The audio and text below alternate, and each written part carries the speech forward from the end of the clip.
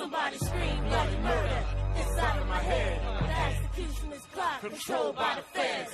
Take legal action, they want Mumia dead. These niggas are savages, been trying to kill us for years. Somebody scream bloody murder inside of my head. The executioner's clock controlled by the feds. Take legal action, they want Mumia dead. These niggas are savages, been trying to kill us for years. We need masters in biology, zoology to overtake Illuminati technology, transform, reciprocate your mental state. Now make a date to overtake your objective. Show that through life that everything is connected, but not in categories, cause that's the devil's story. Symbols of cannibalism ruin your vision. Your thoughts formulate in your mind with no precision. He paid a crude price for what they call life. Dealt with it briefly, took him out that night. Some ask why, I'ma say they hate the look in his eyes. Like a child of ill omen, they want him crucified. The last on the battlefield, the last alive. Besides, they don't want the African to survive. Sabo, the son of Satan, was involved in the plot. Legalized the homicide, his soul going right. The attempted assassination of Mumia Abu-Jamal, they set him up. I come to find out, Tupac, they wet him up. Pharaoh, standing behind my fucking curtains with a double barrel rehearsing. Ready for war now for certain. Biological warfare suits. Black gas masks, black boots, half-ass niggas become troops. My guns are dope, but warriors are booty now. Plenty thug niggas are fruity now. Freedom is that cold road seldom traveled. By the multitude, we need to dig through this gravel so we can cultivate this food. Motivate a few of you fools, regenerate the mood. Free ourselves from mental bondage, free ourselves from family feuds. And follow me through this prophecy. Building our colonies where our pillars and columns be. Bigger than the Coliseum, I call them like I see them. The devil does a devil dance. Now they wanna murder Mumia. Take action, it's the only they chance. They me, son, grab a gun or two. Money gon' come to you. Stop rhyming about what white people done to you. Look, burn a blunt or two. Screw who you wanna screw. Do what you wanna do, and let sin win for you. Kill all that teacher shit. It's too much cheese to get. And if Jesus exists, just don't believe in it. Eat the bread of wickedness. Join the global Satanists. Give death row sentences to black revolutionists. Now they will play in God just to feel the power, not to justify that of you and I. Holding daggers up and letting you decide after passing information that's falsified. Stand behind a lie. What does it cost to die? What does it cost to live? Why do they specify these terms of why when they ain't the most high? What they fear they will kill, but the soul will never die.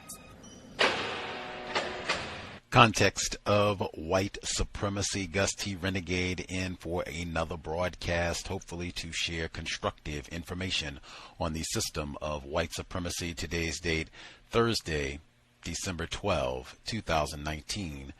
So I have been told. This is our debut study session on Mumia Abu-Jamal's Live from Death Row first installment book. I had said at the beginning of the year, 12 months can get by you really fast if you are not being mindful. But I had said at the beginning of the year, our 10-year anniversary, we should read Live from Death Row. This book is not in my top 10, but Mumia has had a big impact on my understanding of racism, white supremacy, and influencing me to study and think about racism in a more critical manner. I read this book, before the cows even existed. I read this book before I read Mr. Fuller. I read this book before I read the ISIS Papers. Just huge impact. I read some of his other works. He's such a prolific author. I have so much respect for Mumia Abu-Jamal because he has been in greater confinement and was on death row for more than half of that time, but in greater confinement for basically 40 years, and has been as consistently dedicated to combating white supremacy, racism, both personally with his own case and trying to extricate himself, and then regularly commenting on things that are happening all around the world. That's one of the reasons that I'm always proud to include some of his audio commentaries in our compensatory call-in. I think people, if you've listened to our Saturday broadcast for any length of time, you've probably heard 10 or 30 of his commentaries over the years, and he talks about so many things. I think Dr. Kamal Kamban, on one of his visits on the program, he said that Mumia Abu-Jamal is the best representation of a journalist. Just his commitment, the years of service, certainly his coverage of the MOVE crisis in Philadelphia. I mean, there's so much to talk about, but I thought it was important to get Live from Death Row in. You can check out some of his other works as well, but that should definitely be a book that we cover in the book club. And since it's such a cool topic, criminal justice reform, they call it. So much has changed since Live from Death Row was published. And this is such a unique book to read. This book was published in May of 1995. Do you know what a unique time that is? That this book was published right in the middle of the O.J. Simpson trial. In fact, O.J. Simpson will be mentioned in the segment of the reading this week. But it was written before the trial. So this is when O.J. is still cool. Beloved celebrity, not a raping, white woman killing thug. But it was right on the cusp. But it'll be great to read the text. It is a collection of essays, so quite a difference from some of what we have read previously. But looking forward to it. Hopefully it'll be a fun read. I think there'll even be some overlap from what we finished up with Mr. Robeson's biography last week. But anywho, this is Live from Death Row, Essays of Mumia Abu-Jamal. We will get started. This is our first audio segment on the context of white supremacy. Live from Death Row, Mumia Abu-Jamal. Introduction by John Edgar Wideman. To Edith L. and William H., two Southern souls, one dimpled, high cheekboned, the color and aroma of sweet potatoes, the other short, muscular, coffee-colored, sans cream, embodiment of gruff love, auraed by cigar smoke, fillies, who both joined the great migration north in search of that fabled land of equality, opportunity, and freedom for all. Up north, the northern tier of a Mason-Dixon line that marked the U.S.-Canadian border for some African Americans was a cold and harsh land that shattered some illusions only to breed others. For the children, it was home. For them, it was the promised land. To them, who scuffed and scraped to bring their brood to a new and better world, to their world, which might have been better. Acknowledgments. Kudos supreme to J.E.W., masterful in his introduction. Wow. Like Pharaoh Sanders with a pen instead of a sax. The late revered Dr. Huey P. Newton, in his book Revolutionary Suicide, once wrote of his admiration for the African axiom, I am we, the natural notion that the tribe and the individual are one. In the spirit of that ancient wisdom, I wish to acknowledge my debt to the many members of the eternal tribe, to the nameless ones who braved hell's storms to make that wretched middle passage from West Africa to the American Southlands, to the blessed Reverend Nat Turner who danced to heaven's horn, to Gabriel Prosser among those who blew it, to Shaka and those who held the line at Island Wana, to the spiritual sons and daughters of John Africa and the martyrs of the May 13th massacre, to Pam, Bert, Rhea, Mona, Teresa, Mo, Mary, Mella, Swella, and Franco, to Puga, Rhonda, Jay, Tiffany, Malachide, Boosh, all the seeds of wisdom, to Rose and Pixie, to Bev, to all who wear the name Africa, to all of them, to Roz Marley, and to all others who have sung for Babylon's fall, to Elder Curtis Mayfield, whose sweet rebel songs echoed across America and helped many a Panther pass the day singing, "We're a winner, and never let anybody say that y'all can't make it, 'cause them people's mind is in your way." To Rads and Rebels Worldwide, to America Gaggin Information Press, Partisan Defense Committee, New African Network in support of political prisoners and prisoners of war, ASADA, NAACP Legal Defense and Education Funds, Demba Diop, Hike Jurgen, Regine, and Marlinta Suzanne, and the German crew, the nameless ones who did the indispensable work that makes a movement grow and touch others, to Yatama, Corey, the three Lindas, 2 Thurstons, and 1 Rajan, William Goldsby, Abdul, John, Bobby B., John and Jenny Black, 2 from the same fire, Fred Horstman, Shep, Yuri, and Jamila, to the good bloods and folks toiling still in the bowels of Babylon, to Dr. Matulu Shakur, Sundiata Akoli, Geronimo Gijaga Pratt, Mizil Kazi, to PPS and the Black Cultural Workshops crew, Kojo, Emery, Ghana, Leonard Peltier, to Rochelle Maggi, sole survivor of the Marin County Courthouse Massacre, acquitted by the jury but damned by the state in California dungeons since 1971 and in other California gulags for at least 20 years before that, to Ray Luke Lavoisier, Larry Giddings, to Stephen Luther Evans, a jailhouse lawyer extraordinaire who opened the door for countless dudes, but who had death slam the door before he could take that long walk to freedom, to the lawyers outside who struggled to help me join them, to Leonard I. Winglass, Esquire, Stephen Hawkins, NAACP Legal Defense and Education Fund, Dan Williams, to Rachel, the Reminder Wolkenstein, and Jonathan Piper, Associate Counsel, to Adwa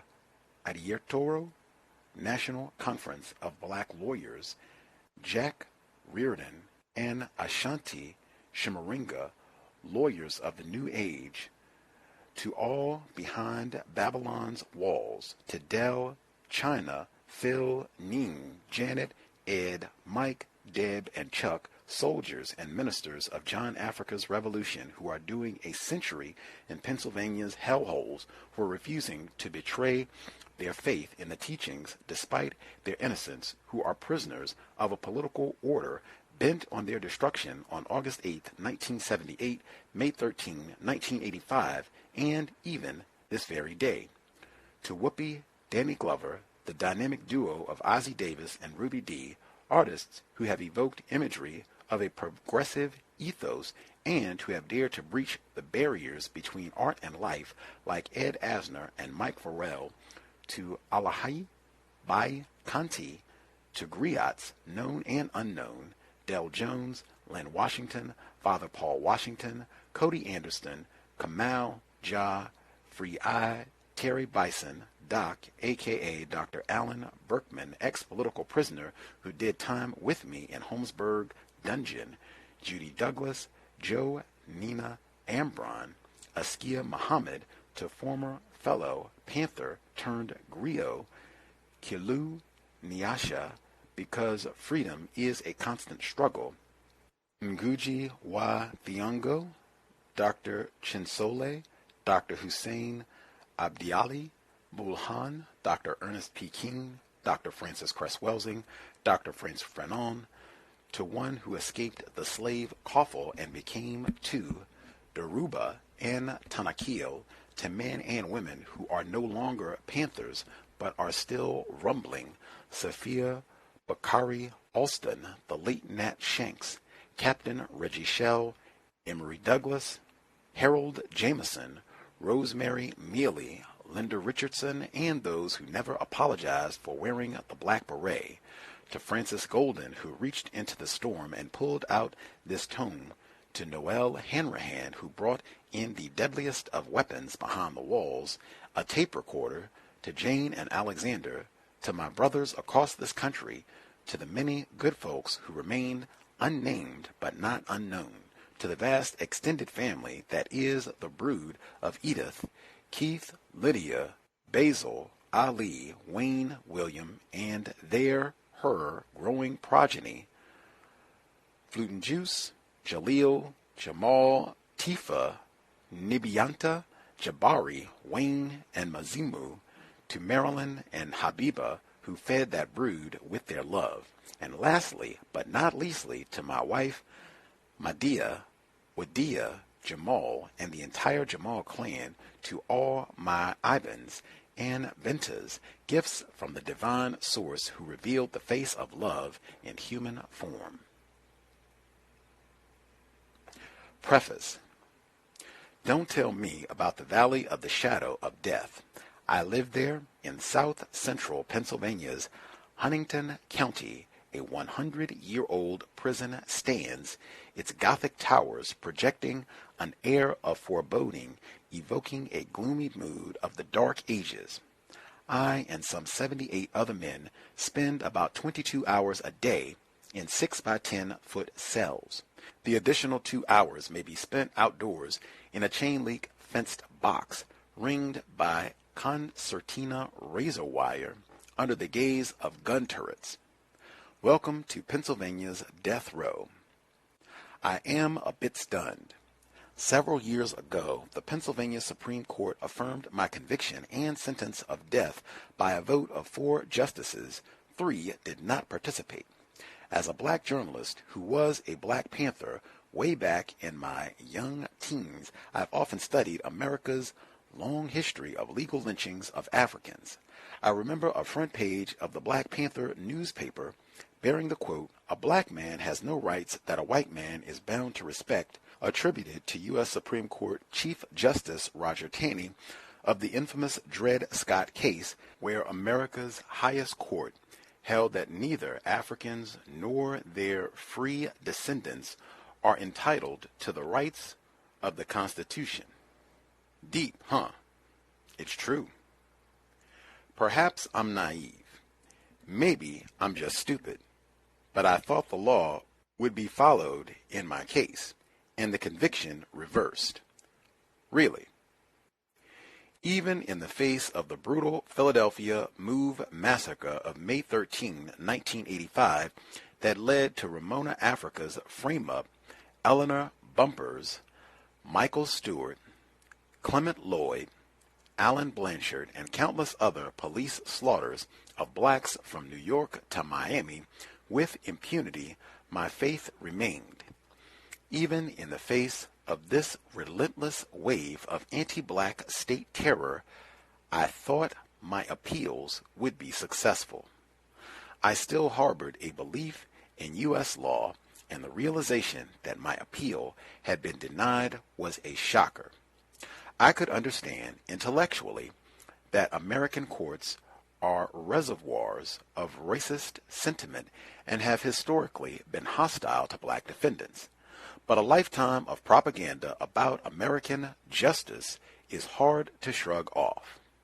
I need but look across the nation where, as of December 1994, blacks constituted some 40% of men on death row, or across Pennsylvania where, as of December 1994, 111 of 184 men on death row, over 60%, are black, to see the truth, a truth hidden under black robes and promise of equal rights.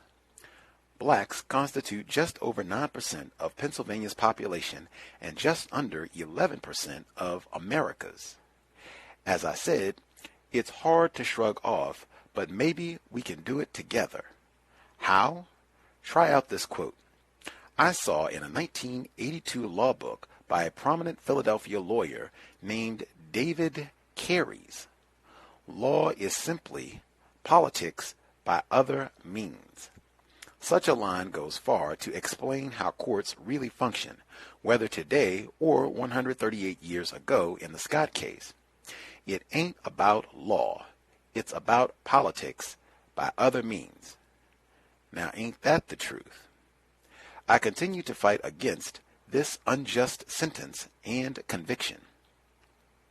Perhaps we can shrug off and shred some of the dangerous myths laid on our minds like a second skin, such as the right to a fair and impartial jury of our peers, the right to represent oneself, the right to a fair trial even.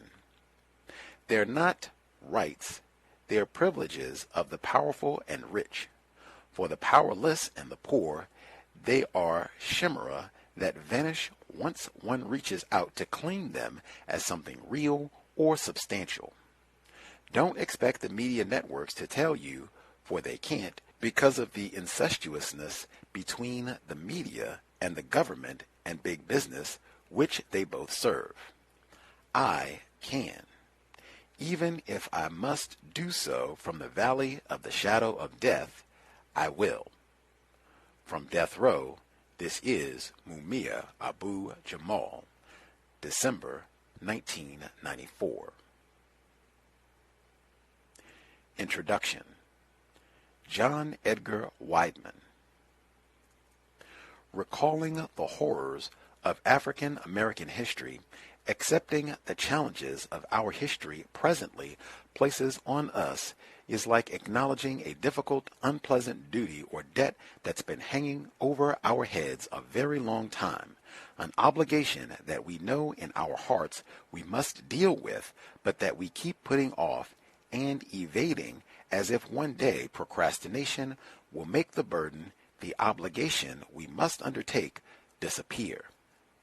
Mumia Abu-Jamal forces us to confront the burden of our history. In one of his columns from death row, he quotes at length an 1857 ruling of the U.S. Supreme Court.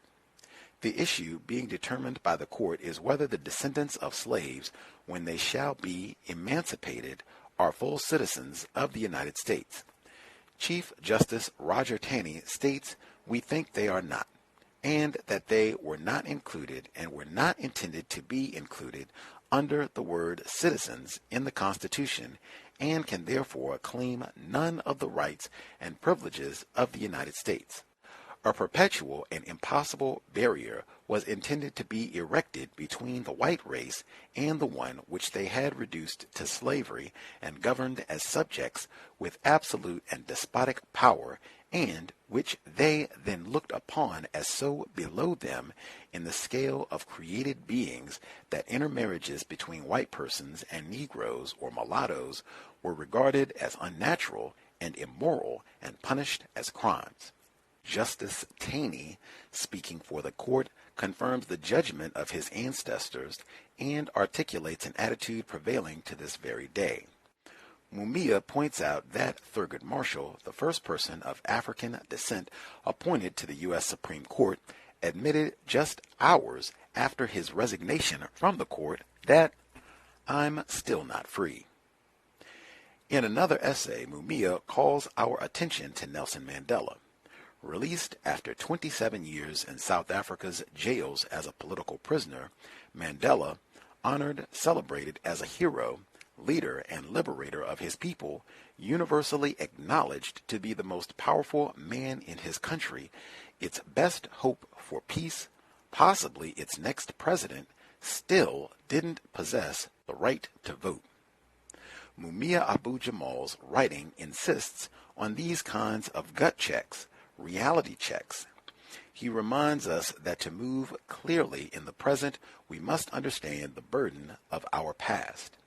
Situated as he is in prison, a prison inside a prison actually, since he's confined on death row, Mumia Abu-Jamal's day-to-day life would seem to share little with ours out here in the so-called free world. Then again, if we think a little deeper, we might ask ourselves, who isn't on death row? Perhaps one measure of humanity is our persistence in the business of attempting to construct a meaningful life in spite of the sentence of death hanging over our heads every instant of our time on earth. Although we can't avoid our inevitable mortality, we don't need to cower in a corner waiting for annihilation. Neither should we allow the seemingly overwhelming evil news of the day to freeze us in our tracks, nor let it become an excuse for doing nothing, for denial and avoidance, for hiding behind imaginary walls and pretending nothing can harm us. Alternatives exist. Struggle exists.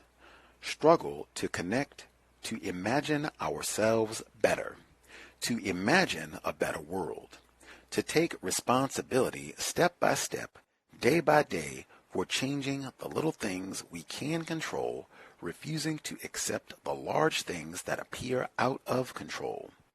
The life and the essays of Mumia Abu-Jamal provide us with models for struggle. In 1981, to connect with my younger brother who was serving a life term without parole in a Pennsylvania prison, I wrote a book with him called Brothers and Keepers. In my research for the book, I discovered a chilling fact. My country, the United States of America, ranked third among the nations of the world in the percentage of its citizens it imprisoned. Only Russia and South Africa surpassed us. Who would have guessed that 13 years later, the powerful governments of two of the top three incarcerating nations would have been overturned by internal revolutions? We're number one now. And in spite of the warning implicit in the fate of governments that choose repression over reform, we're building more prisons as fast as we can. The facile notion of incarceration as a cure for social, economic, and political problems has usurped the current national discussion of these issues. As I traveled from city to city on a book tour last fall, the dominant issue dramatized in TV campaign ads coast to coast was, which candidate is tougher on crime? During the same tour, a hot story in national and local newspapers, on TV news, talk shows, and radio call-ins was the IQ controversy occasioned by the publication of several books claiming that the innate intelligence of blacks was lower than that of whites. Why such widespread, excited coverage of this hoary topic? That some people believe black folk are born inferior to whites and thus genetically determined to occupy the lowest rung of society certainly isn't news. Neither is blaming the victim of oppression a strategy with a history at least as ancient as Europe's slave trading in Africa. I recall sitting on college admission committees 30 years ago and hearing many of those who are voicing the idea of black mental inferiority today singing the same song then to rationalize underrepresentation of African Americans in higher education. So the fact that some experts continue to believe in innate black inferiority or proclaim it without truly believing, since they must know that the basic terms in the debate, race and intelligence, are problematic at best, malicious fictions at worst, and know a mountain of tables, graphs, statistics, and experiments can neither affirm nor deny premises and assumptions themselves imprecise and untestable. How many angels can fit on the head of a pin is not news. Rather, the IQ controversy is an ominous sign of misinformation and repression going hand in hand. Exterminating Jews becomes easier if you're able to provide sound, scientific reasons for pogroms. Postulating a biologically determined IQ deficit in blacks is more than malicious mischief. It is a transparent ploy to justify and erase from the national consciousness 30 years of backsliding from the promise of equality exacted by the civil rights movement of the 1960s. For African Americans, the backsliding has created a slightly larger black middle class on one hand and on the other a growing underclass of people of color trapped on the bottom rung of an economic ladder without any more rungs. For white Americans, reneging on the promise of equality has engendered class stratification and polarization just as severe as among blacks. On the bottom, the stagnant poverty of unemployment, welfare, poor education, and transience infect more and more of those who once considered themselves working people with dignity and aspirations. In the middle of rapidly shrinking majority beset by fear, trembling, and anger, they know they are walking a tightrope away from unforgiving poverty toward a mirage of boundless wealth that confers immunity from harder times. A tightrope they also know in their hearts leads nowhere unless they hit the lottery, except to more stressful, precarious steps along the razor's edge or a sudden precipitous fall. Finally, at the top stands a tiny minority whose wealth is a wall protecting them from the chaos of social instability, a wall that is both a reaction to the moral chaos of inequality and dependent on it. We face a social landscape with more, or at least as much, need for radical change than we faced in the 1960s, an era that produced, flawed though it was by lack of follow-through, a mighty impulse toward change. Yet today, the opposite impulse drives us. Walls separating Americans by race, gender, class, and region are being justified and celebrated, but not in a spirit that welcomes diversity or seeks ultimate unity through mutual respect and reconciliation. Prison walls are being proposed as a final solution. They symbolize our short-sightedness, our fear of the real problems caging us all. The pity is how blindly, enthusiastically we applaud those who are constructing the walls dooming us. Mumia Abu-Jamal's voice is considered dangerous and subversive and thus is censored from National Public Radio, to name just one influential medium. Many books about black people, including a slew of briskly selling biographies and autobiographies from Oprah to O.J. to Maya Angelou, are on the stands. What sets Mumia's story apart as so threatening? It is useful to remember that the slave narrative and its progeny, the countless up from the depths biographies and autobiographies of black people that repeat the form and assumptions of the slave narrative, have always been bestsellers. They encapsulate one of the master plots Americans have found acceptable for black lives. These neo-slave narratives carry a message the majority of people wealthy enough to purchase books wish to hear. The message consists of a basic deep structure repeated in a seemingly endless variety of packages and voices. The slave narratives of the 1800s posited and then worked themselves out in a bifurcated either-or world. The action of the story concerns moving from one world to another.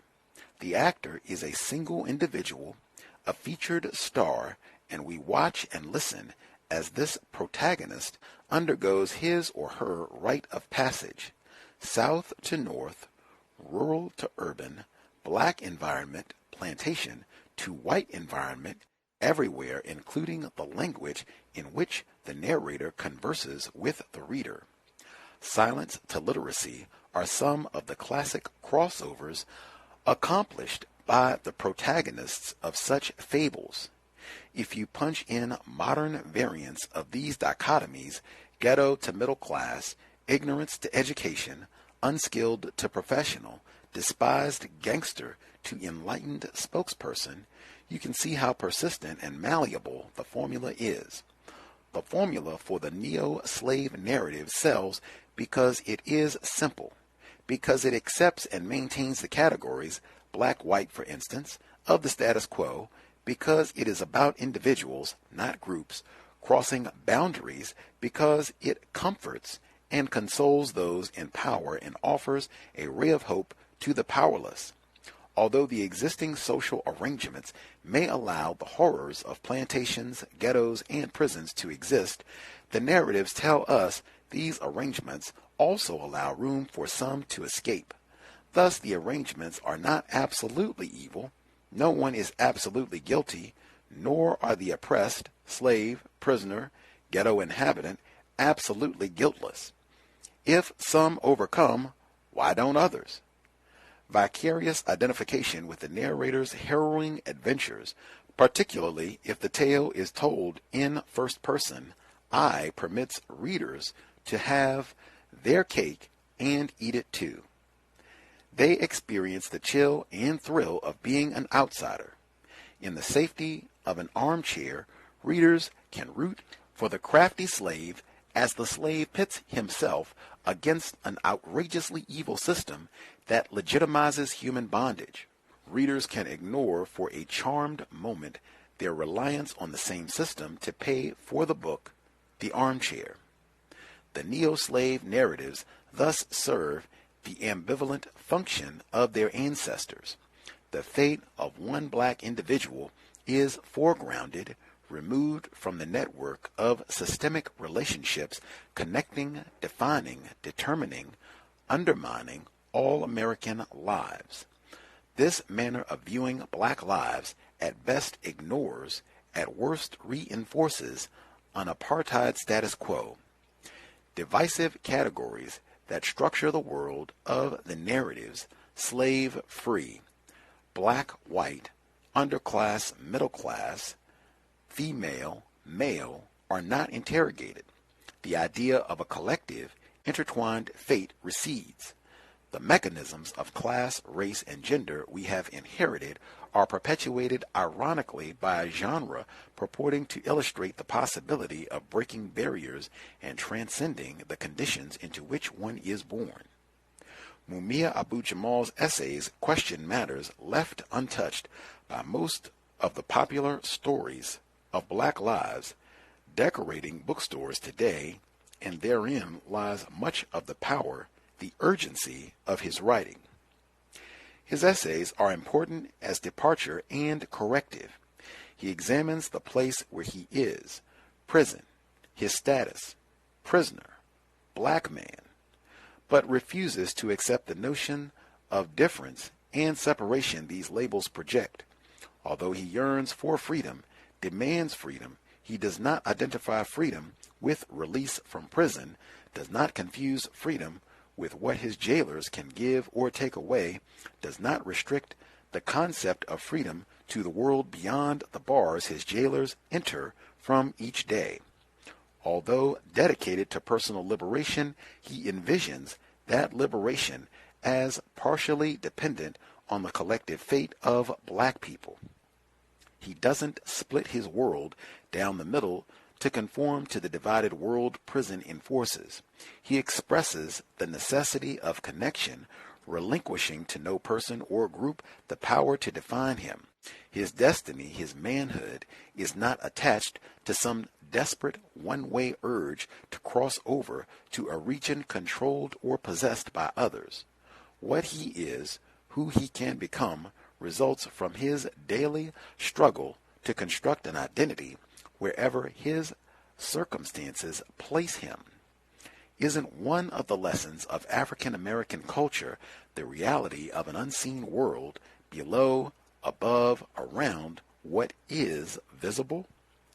Our history offers witness to the fact that our living, our art, and our spirits can prosper in the face of the most extreme physical deprivation. Aren't Mumia Abu-Jamal's words reaching us now in spite of steel bars and a death sentence another instance of our capacity to keep on keeping on? The first truth Mumia tells us is that he ain't dead yet. And although his voice is vital and strong, he assures us it ain't because nobody ain't trying to kill him and shut him up. In fact, just the opposite is true. The power of his voice is rooted in his defiance of those determined to silence him.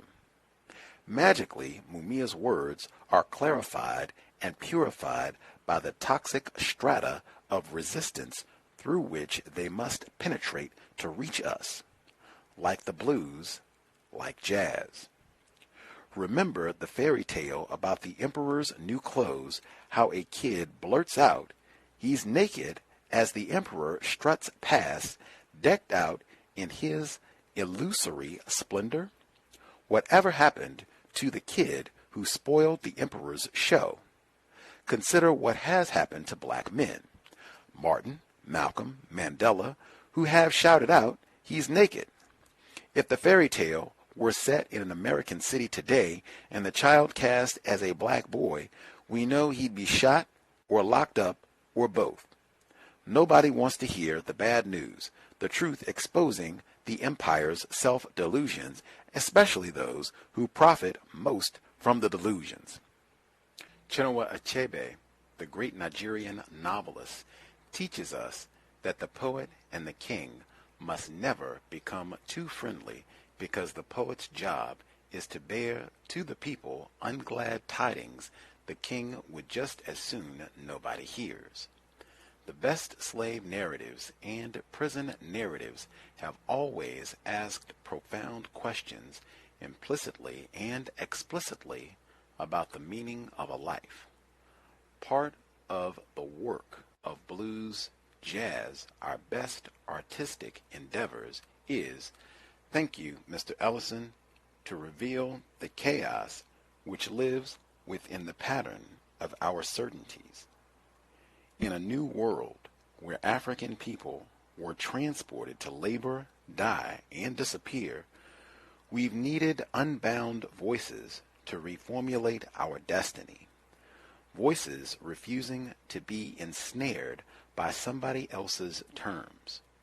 We've developed the knack of finding such voices in the oddest, darkest, most unforeseen places. A chorus of them exists in great time, the seamless medium uniting past, present, and future. The voices are always there if we discipline ourselves to pick them out, listen to them, to ourselves, to the best we've managed to write and say and dance and paint and sing.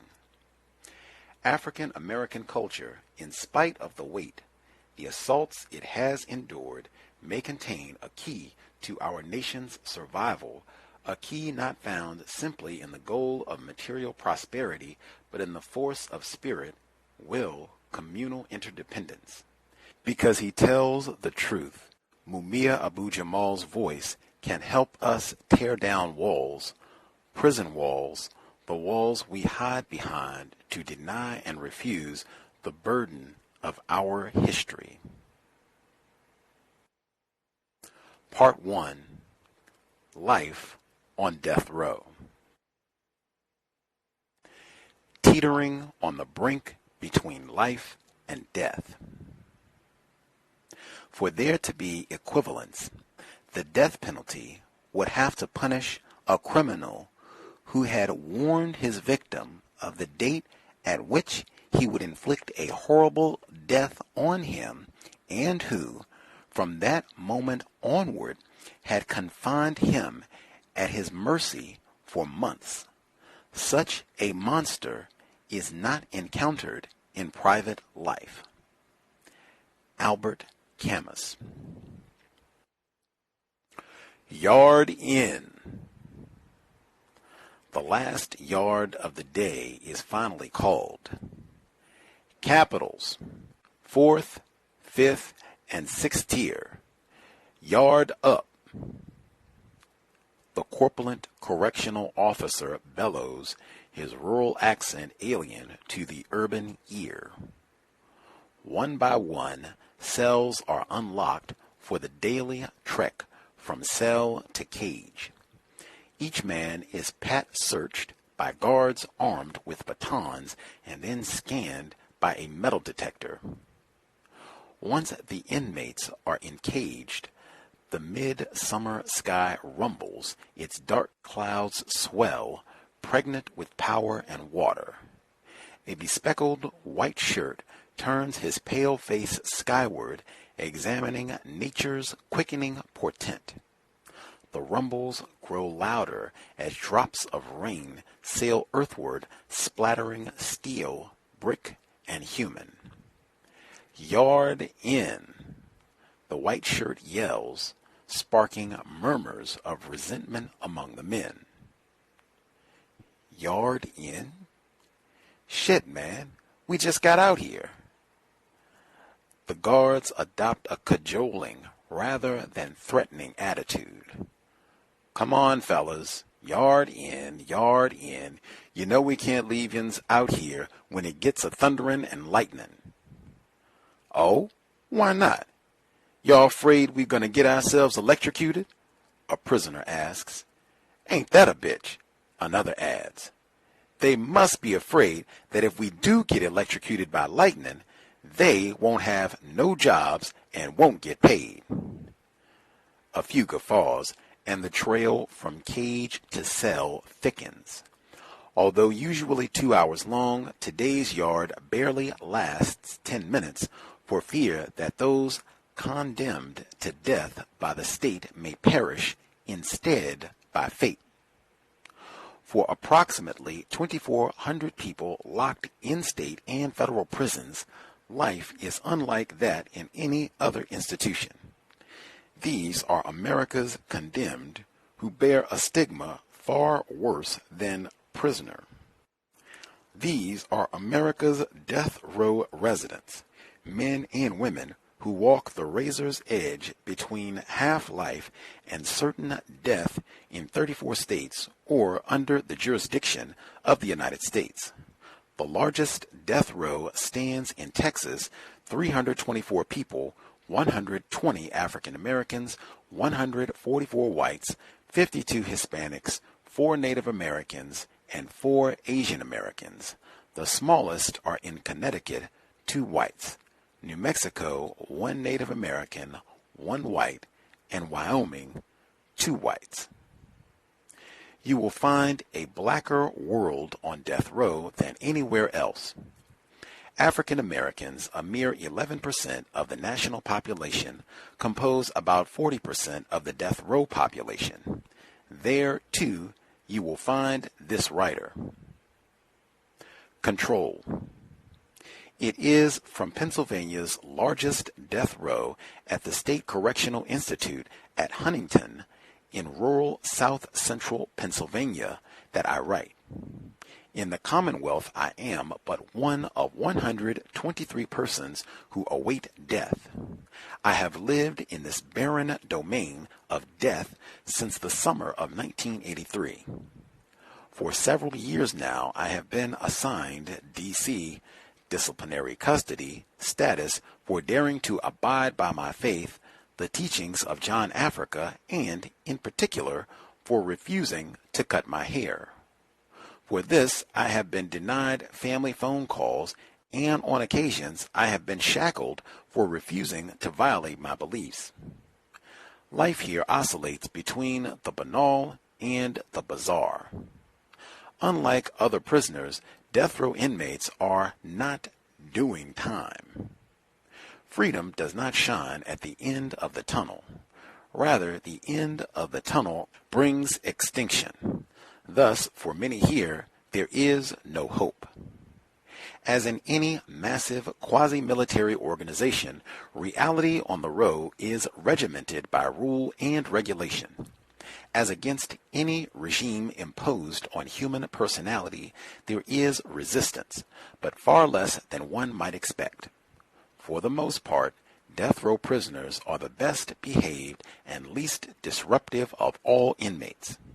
It is also true, however, that we have little opportunity to be otherwise, given that many death units operate on the 22+2 system.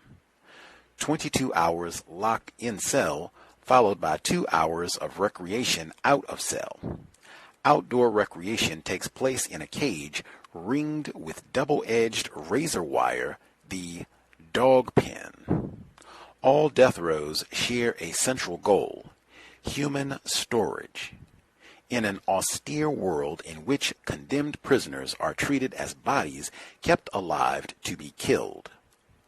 Pennsylvania's death row regime is among America's most restrictive, rivaling the infamous San Quentin death unit for the intensity and duration of restriction. A few states allow 4, 6, or even 8 hours out of cell prison employment or even access to educational programs. Not so in the Keystone State. Here, one has little or no psychological life. Here, many escape death's omnipresent specter only by way of common diversions, television, radio, or sports. TVs are allowed, but not typewriters. One's energies may be expended freely on entertainment, but a tool essential for one's liberation through judicial process is deemed a security risk. One inmate more interested in his life than his entertainment argued forcefully with prison administrators for permission to buy a non-impact, non-metallic, battery-operated typewriter. Predictably, permission was denied for security reasons.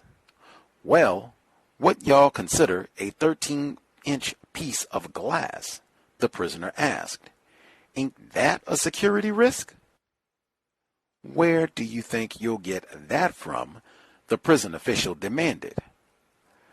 From my TV. Request for typewriter denied. TV is more than a powerful diversion from a terrible fate. It is a psychic club used to threaten those who dare resist the dehumanizing isolation of life on the row. To be found guilty of an institutional infraction means that one must relinquish TV. After months or years of non-contact visits, few phone calls, and ever-decreasing communication with one's family and others, many inmates use TV as an umbilical cord, a psychological connection to the world they have lost.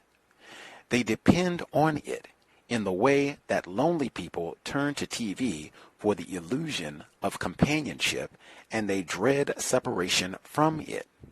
For many, loss of TV is too high a price to pay for any show of resistance. Humiliation. Visits are an exercise in humiliation. In Pennsylvania, as in many other death states, non-contact visits are the rule. It is not just a security rule, it is a policy and structure that attempts to sever emotional connection by denying physical connection between the visitor and the inmate. Visits are conducted in a closed room, roughly 80 square feet in size. The prisoner is handcuffed and separated by a partition of shatterproof glass, steel trim, and wire mesh. What visitors do not see prior to the visit is a horrifying spectacle: the body cavity strip search. Once the prisoner is naked, the visiting room guard spits out a familiar cadence. Open your mouth, stick out your tongue. You wear any dentures? Let me see both sides of your hands. Pull your foreskin back, lift your sack, turn around, bend over, spread your cheeks, bottom of your feet, get dressed. Several prisoners have protested to the administration that such searches are unreasonable, arguing that body cavity strip searches before and after non-contact visits cannot be justified. Either allow contact visits, they argue, or halt the body cavity strip searches. But prison officials have responded to this proposal as they have to repeated calls by the condemned for allowance of typewriters. Refusal due to security risk. For the visitor, too, such visits are deeply disturbing. In Rim v. Malcolm, the often cited case on prison conditions in New York, Judge Lasker quoted expert testimony from Carl Menninger, the late psychiatrist, who described non-contact visiting as the most unpleasant and most disturbing detail in the whole prison, and a practice that constitutes a violation of ordinary principles of humanity. Dr. Menninger stated, "It's such a painful sight that I don't stay but a minute or two as a rule. It's a painful thing. I feel so sorry for them, so ashamed of myself that I get out of the room." The ultimate effect of non-contact visits is to weaken and finally to sever family ties. Through this policy and practice, the state skillfully and intentionally denies those it condemns a fundamental element and expression of humanity, that of touch and physical contact, and thereby slowly erodes family ties already made tenuous by the distance between home and prison. Thus, prisoners are as isolated psychologically as they are temporally and spatially. By state action, they become dead to those who know and love them, and therefore dead to themselves. For who are people but for their relations and relationships?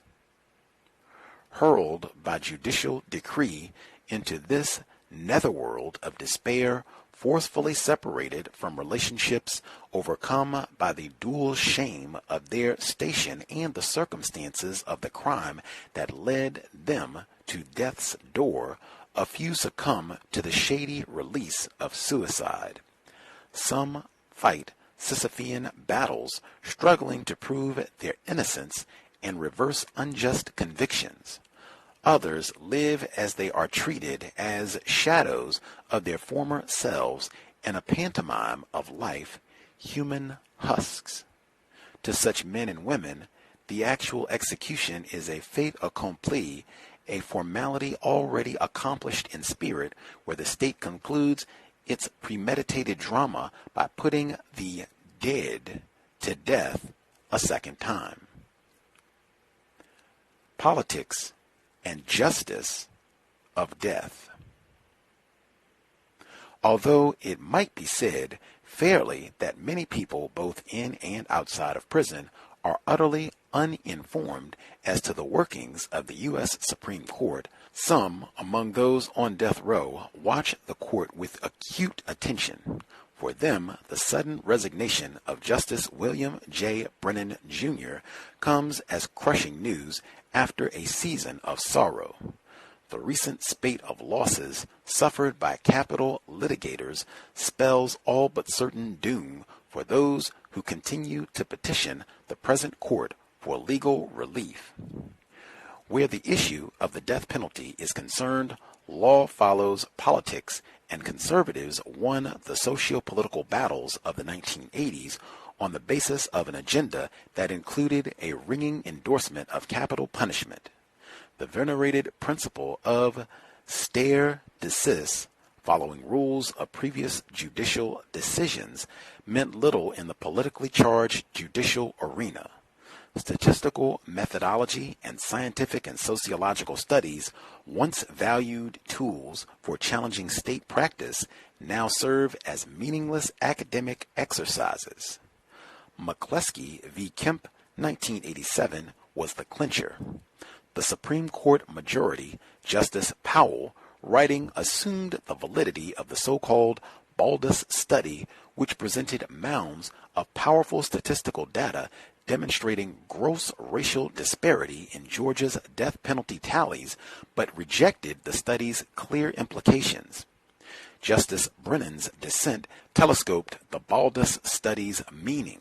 Defendants charged with killing whites are 4.3 times more likely to be sentenced to die than defendants charged with killing blacks. 6 of every 11 defendants convicted of killing a white would not have received a death sentence had their victim been black.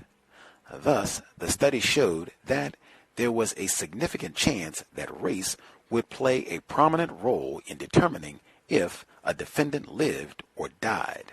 The majority's perambulations to its eventual rejection of that which it could hardly deny, that the race of the victim is a primary factor in determining whether a defendant lives or dies, proved the potency of the old adage offered by the satirical character Mr. Dooley, who shrewdly observed, no matter whether the Constitution follows the flag or not, the Supreme Court follows the election returns. McCleskey's claim, based on sophisticated statistical and multiple regression analysis, buttressed by our understanding of history and human experience, was not disproved by the McCleskey court. Rather, it was rejected out of fear. In rejecting the conclusion that the facts established an unconstitutional infirmity, Justice Powell noted with alarm that McCleskey's claim, taken to its logical conclusion, throws into serious question the principles that underlie our entire criminal justice system. Precisely because McCleskey dared question the fundamental fairness of the entire system, his claims were answered with rejection. Delbert Tibbs, an African-American divinity student, once found himself tossed in with death row prisoners in Florida. Convicted by an all-white jury in 1974 for rape and related murder, he spent 3 harrowing years in death's shadow before appellate reversal. In speaking about his jury, he observed, "Peer, one of equal rank, one among equals. I knew the definition of that word, and there was nothing remotely akin to this meaning existing between me and these 7 hard-eyed white men and 5 cold-eyed white women who made up this jury of my peers. I knew that any peerage that they comprised, as indeed they did comprise such a thing, totally excluded me, at least in their eyes. Peers indeed. I'm sure that in the eyes of that jury I was not just another human being. Oh no, I was dangerous, because, darker, I didn't belong." On the McCleskey decision, Tibbs noted, "Apparently, that justice of the United States, writing for the majority, thinks that the United States is not 2 separate societies, one black and one white, and quite unequal. Justice is not meted out without regard to race, sex, economics, or previous condition of servitude. That justice was speaking as if there were no Civil War and no chattel slavery. He spoke as if there were no history of lynchings, as if there were no Dred Scott decision, no Medgar Evers, Little Rock, nor Birmingham. Memphis didn't happen in that America. What does happen in this America is the cheapening of black life and the placing of a premium on white life. As Justice Brennan's eloquent dissent in McCleskey argues, the fact that this practice may be customary does not make it constitutional. To do justice, one must consistently battle, in Brennan's words, a fear of too much justice. Finding that fear firmly entrenched, he framed his arguments not merely as counters to positions with which he passionately disagreed, but also as warnings for the future, a day not dawned. It is tempting to pretend that minorities on death row share a fate in no way connected to our own, that our treatment of them sounds no echoes beyond the chambers in which they die. Such an illusion is ultimately corrosive, for the reverberations of injustice are not so easily confined. The court's decision today will not change what attorneys in Georgia tell other Warren McCleskeys about their chances of execution. Nothing will soften the harsh message they must convey, nor alter the prospect that race undoubtedly will continue to be a topic of discussion. McCleskey's evidence will not have obtained judicial acceptance, but that will not affect what is said on death row. However many criticisms of today's decision may be rendered, these painful conversations will serve as the most eloquent dissents of all. Ironically, perhaps, the eloquent dissents of pro se court watchers are commonly delivered in the winning or losing of a bet. Inmates on the row often wager with one another on the outcome of judicial decisions.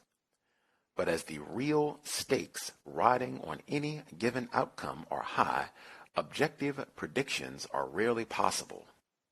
By viewing every decision through the prism of politics, I never lost a bet, even in cases where jailhouse lawyers claimed to have the law on their side. There is, of course, no satisfaction in such victories. Every bet won has been a case lost. Every case lost a step closer to death. My predictions, based on political wins rather than law, have earned me the enmity of those jailhouse lawyers who continue to place faith in legal precedents and principles despite their growing pile of lost wagers. Context of White Supremacy. That is our first audio segment. We are still very early in the book. We should be picking up.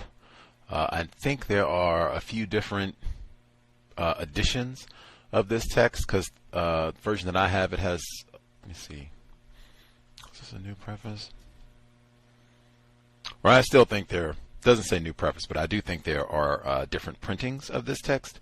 So the book that I have, we will be picking up on page 19. It's subtitled Death March and Lessons Unlearned. That's what we'll be picking up at. I reckon it could be 19, teetering on the brink between life and death. That's what will start our second audio segment. Anyway, Context of White Supremacy, Mumia Abu-Jamal, live from death row. Again, I just thought it was important to make sure we get this in the archives. Mumia's had a big influence. He's played pretty regularly on the compensatory call-in. We include a segment where he's addressing, generally it'll be a very current issue, something that's happening right now. Again, I have always been extremely impressed that even from greater, not just greater confinement, let's not, pussyfoot, from death row for a big chunk of the last 40 years almost, and he is still right on it, talking about things that are current and what's happening all over the world. Just super, super impressive, or as impressive as a victim of white supremacy can be. Number to dial, 605-313-5164. The code 564943 pound. Press star 61 if you would like to participate. That number again, 605-313-5164.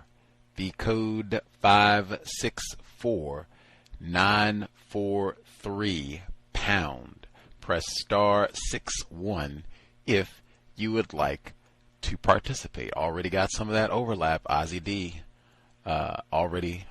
excuse me. I was thinking Ruby D. Ozzy Davis, Ruby D. I can't say one without the other. But already had some overlap. I said that from what we just ended with, biography on Paul Robeson last week.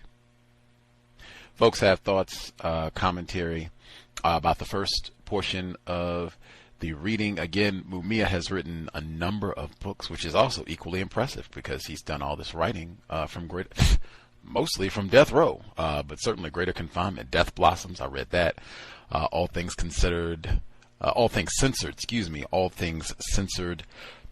he has even a newer text. I have to look back on his site to get the title, but prolific author, journalist, convicted murderer, long list of titles, victim of white supremacy, Mumia Abu-Jamal. We'll get to the phone lines. I would encourage folks to kind of be mindful because he, I believe, may be getting at least a new case, a new inquiry. He had been submitting, fighting to get an appeal on various grounds in his case. So I think that may be happening. He may have made a little bit of progress over the last few months. I know that was another guiding force in wanting to read this text at some point as well.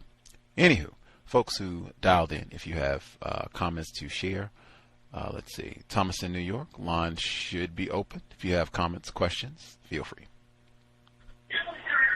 Good evening, gosh. Good evening. Evening to all the callers.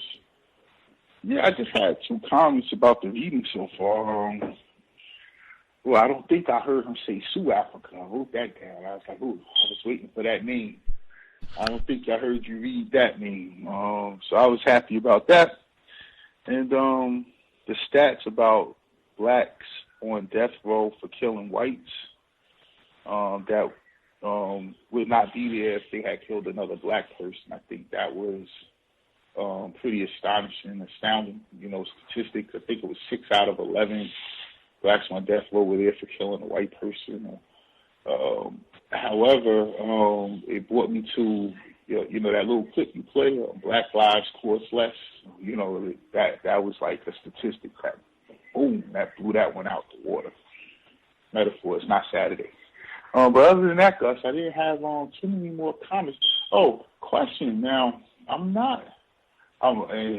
forgive me, I'm a victim, but I never really looked at Mumia's case as something that, caught my attention that I needed to, look at as just, his brother on death row.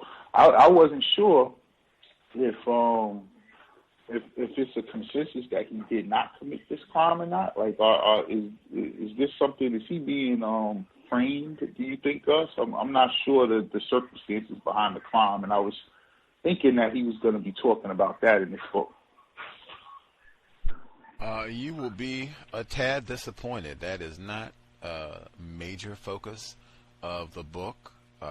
He, talks about, it's been a while since I've read it, but I think, if memory serves, I guess I could look at the chapters here. If memory serves, he spends more time on the MOVE case, Sue Africa and all, than his own case. Let me look at the chapters again to be sure. But while I'm looking at the chapters, it certainly is not a consensus. The Blue Lives Matter folks certainly do not think that Mumia is innocent or was railroaded or, anything of the like. I think, depending on who you talk to, certainly black people, his supporters, he named a lot of them at the beginning. The evidence is suspicious. This happened at an era in the early 1980s where he had already been doing a lot of work as a journalist covering the MOVE situation. You would have to put a lot of things in context for COINTELPRO, System of White Supremacy, and then Philadelphia specifically, which is a very important city where a lot of things, like the MOVE situation, had been happening, and Mumia, as a journalist in Philadelphia, had been covering a lot of this material, much like Paul Robeson. You have somebody who's talking about these things on a global issue, talking about racism, white supremacy, had been a member of the Black Panther Party, so he had connections with a lot of black people across the country. He's quoting from Dr. Newton, eloquent, intelligent, can explain all of this. In my view, I think this would just be another easy illustration of, black identity. That's the hashtag that I used, but obviously that's going to depend on who you speak to. But again, I believe, I just looked at the article today, he might be getting a new trial. So, it might be a growing consensus that, they did not do the correct thing with Mumia Abu-Jamal, and long, ugly story. But I do not think he's going to get into a lot of that detail here. And in fact, most of his books that I recall, there's a documentary on him. Most of his books that I remember don't deal a lot with his personal case. They deal with the MOVE situation, racism in general. the death row situation in general, the statistics you heard about, being more likely to be there if you kill a white person. 4th of July, Huey P. Newton. It's like a lot of his audio commentaries that I play on the weekends. Most of those don't deal with his case. Most of them, he's talking about other things. Yeah, I'm looking at the chapter titles. I think he talks about Rodney King. He's talking about all kinds of things. Yeah. Got you.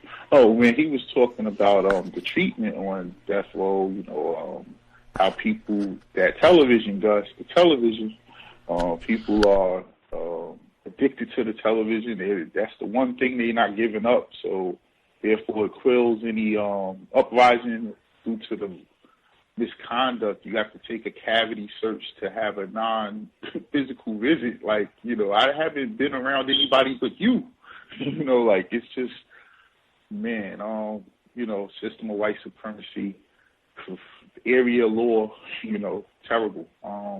But just hearing some of those things was pretty eye-opening, especially, once again, that statistic. And surprisingly, Texas has the most prisoners on death row. I would have thought, and I've heard that my whole life, but, just looking at the amount of people, you would think California would lead the way, but California doesn't have a lot of black people. I think only 2 million in the whole state, a little over 2 million. There's Texas. I mean, forget about it. They got plenty. So I'll mute my line, Gus. Thank you. Much obliged, Thomas in New York. If other folks are not informed about all the details on Mumia's case, this happened early 80s. I'm sure there's some folks who were not alive when all this happened. So go back. There's a lot of information. Like, there's a documentary and a lot of info, and probably more details to come, especially if this ends up, there being a new trial and everything. Like, oh man, I don't know if it would be O.J. Simpson, but I mean, you would have a pretty notorious cop killer, former Black Panther Party member. I mean, this would be kind of like Assata Shakur. Like, oh man, like, oh man. Yeah, be familiar, and definitely if we have listeners, if you live in Pennsylvania, like a local history, you should definitely be well versed on Mumia Abu-Jamal's case. While I look for other folks on the switchboard, I'll share some of my notes, and it shouldn't be too difficult to access this book. I had an electronic copy of this book. I'd already read it. I didn't have it in my personal library, but I said, hey, it would be nice. I like having options, especially if it's a book where I'm going to have to do narrating. I like having options. So I can have an ebook and I can have a hard copy, just, in case. I said, let me see if they have a hard copy at the library. They had multiple copies at the library. In fact, they had so many copies. The library that is closest to my residence, I put the book on hold. They said, bam. There's a copy at that branch. We'll put it on hold, and it'll be waiting for you to come pick up. I tried in to go pick the book up, a few hours the next morning. The book is missing. The librarian can't find it. I think, interesting. But she says, don't even worry about it, because what did I tell you? Seattle, all those libraries, she said, in our enormous library complex, we have multiple copies, so we'll just get one of the copies from the other branch and cite this one is missing. Maybe it'll take a day or so, and it'll be right there. It took about 24 hours, and boop, book was waiting right there. So I got the copy anyway. But you should be able to get it. I mean, this is, pretty. I'll get into reasons about that later. But yes, getting to notes. I am not a fan of the big roll calls in books, especially if there's no context. Even though I thought it was cool, like, oh, wow, he mentioned Dr. Francis Cress Welsing. And I just said he mentioned some of the very folks we already heard. Ozzie Davis, Danny Glover. I just saw his image today. He was talking about a reparations program in, I forget the exact location, but they were talking about a so-called reparations program. And I played that audio segment at the beginning where Mumia was talking about so-called reparations. But that's grand. To show a little love, people who have supported you, and certainly being in death row, any love that you get, I mean, wow, I overstand to the degree that I can, not being in death row.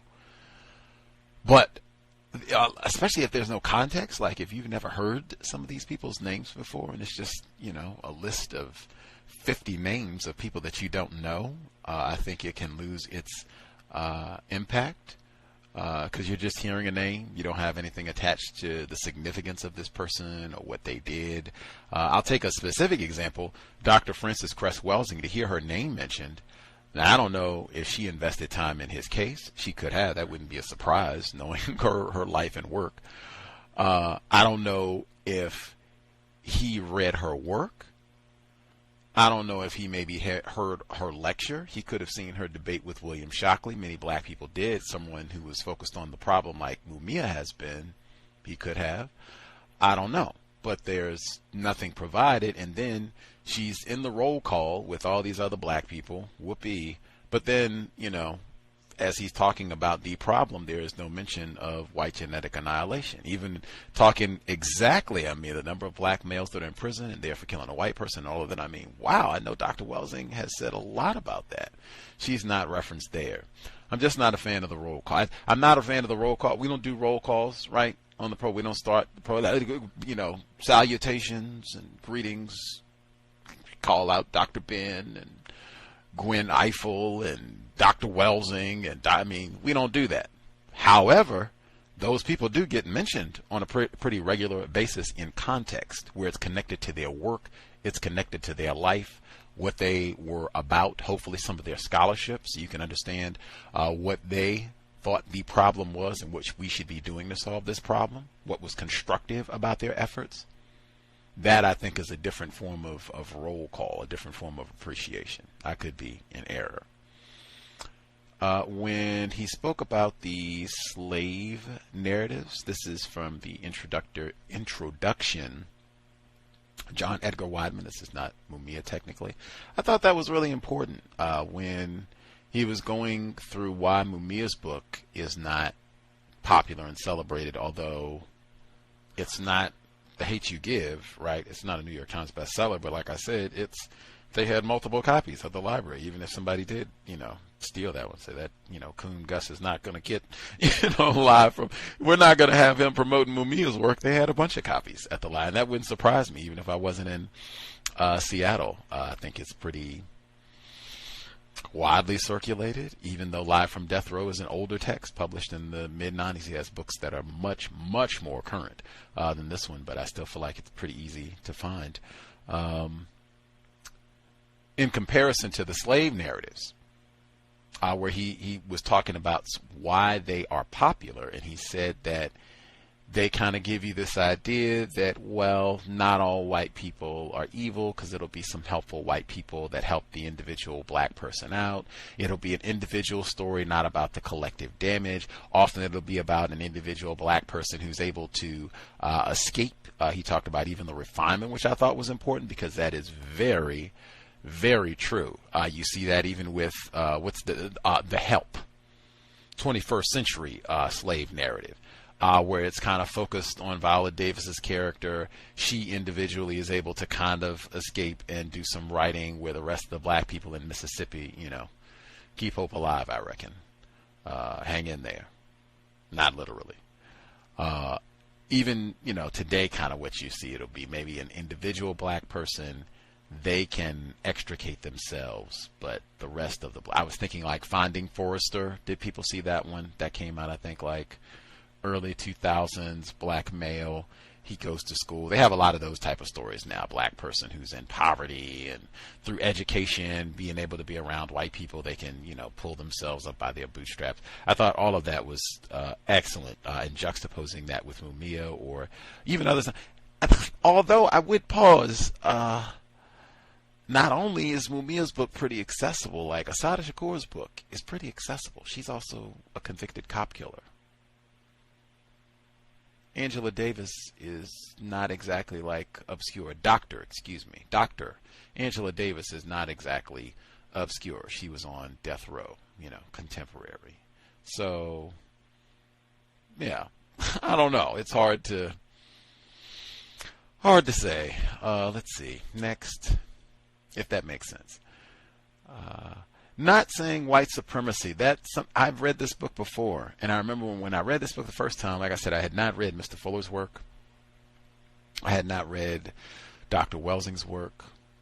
cows didn't exist, I was pretty confused about white supremacy, racism. Reading this book now, oh man, I would not enjoy it nearly as much. Like, not being more precise in describing the problem, like when he was going to conclude and he was using the term race. And William Roden, with The Undefeated, he has his podcast, he regularly, it's a cliche, or not a cliche, but it's one of his axioms. He says, the problem is not race. The problem is racism. Exactly. I feel like being, it's not conservatives, it's not the poor whites, it's system of white supremacy, racism. He has more quotes as we go along, as we get in the second audio segment. I'll note them as we go. Even getting back to the roll call really quick before getting to some of Mumia and the actual body of the text. I felt like that in the biography on Paul Robeson, that there was a lot of name dropping, especially name dropping of white people that Paul Robeson hung out with and did that, had spent time with, or was recognized by, that type of thing.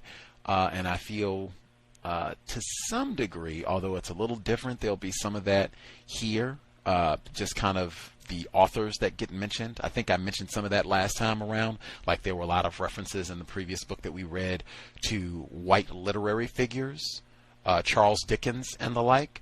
And I feel like sometimes, to me, that'll be a signifier as to who this book is intended for, as a way of appealing to white readers, and saying that this is not just a book that is intended for radical militant black people, that this is also trying to appeal to a wider audience with those type of references. Or it could just show their way of thinking, how they've been educated, maybe the type of school environment that they've been in. But that is something that I pay attention to. I think that'll pop up here as well.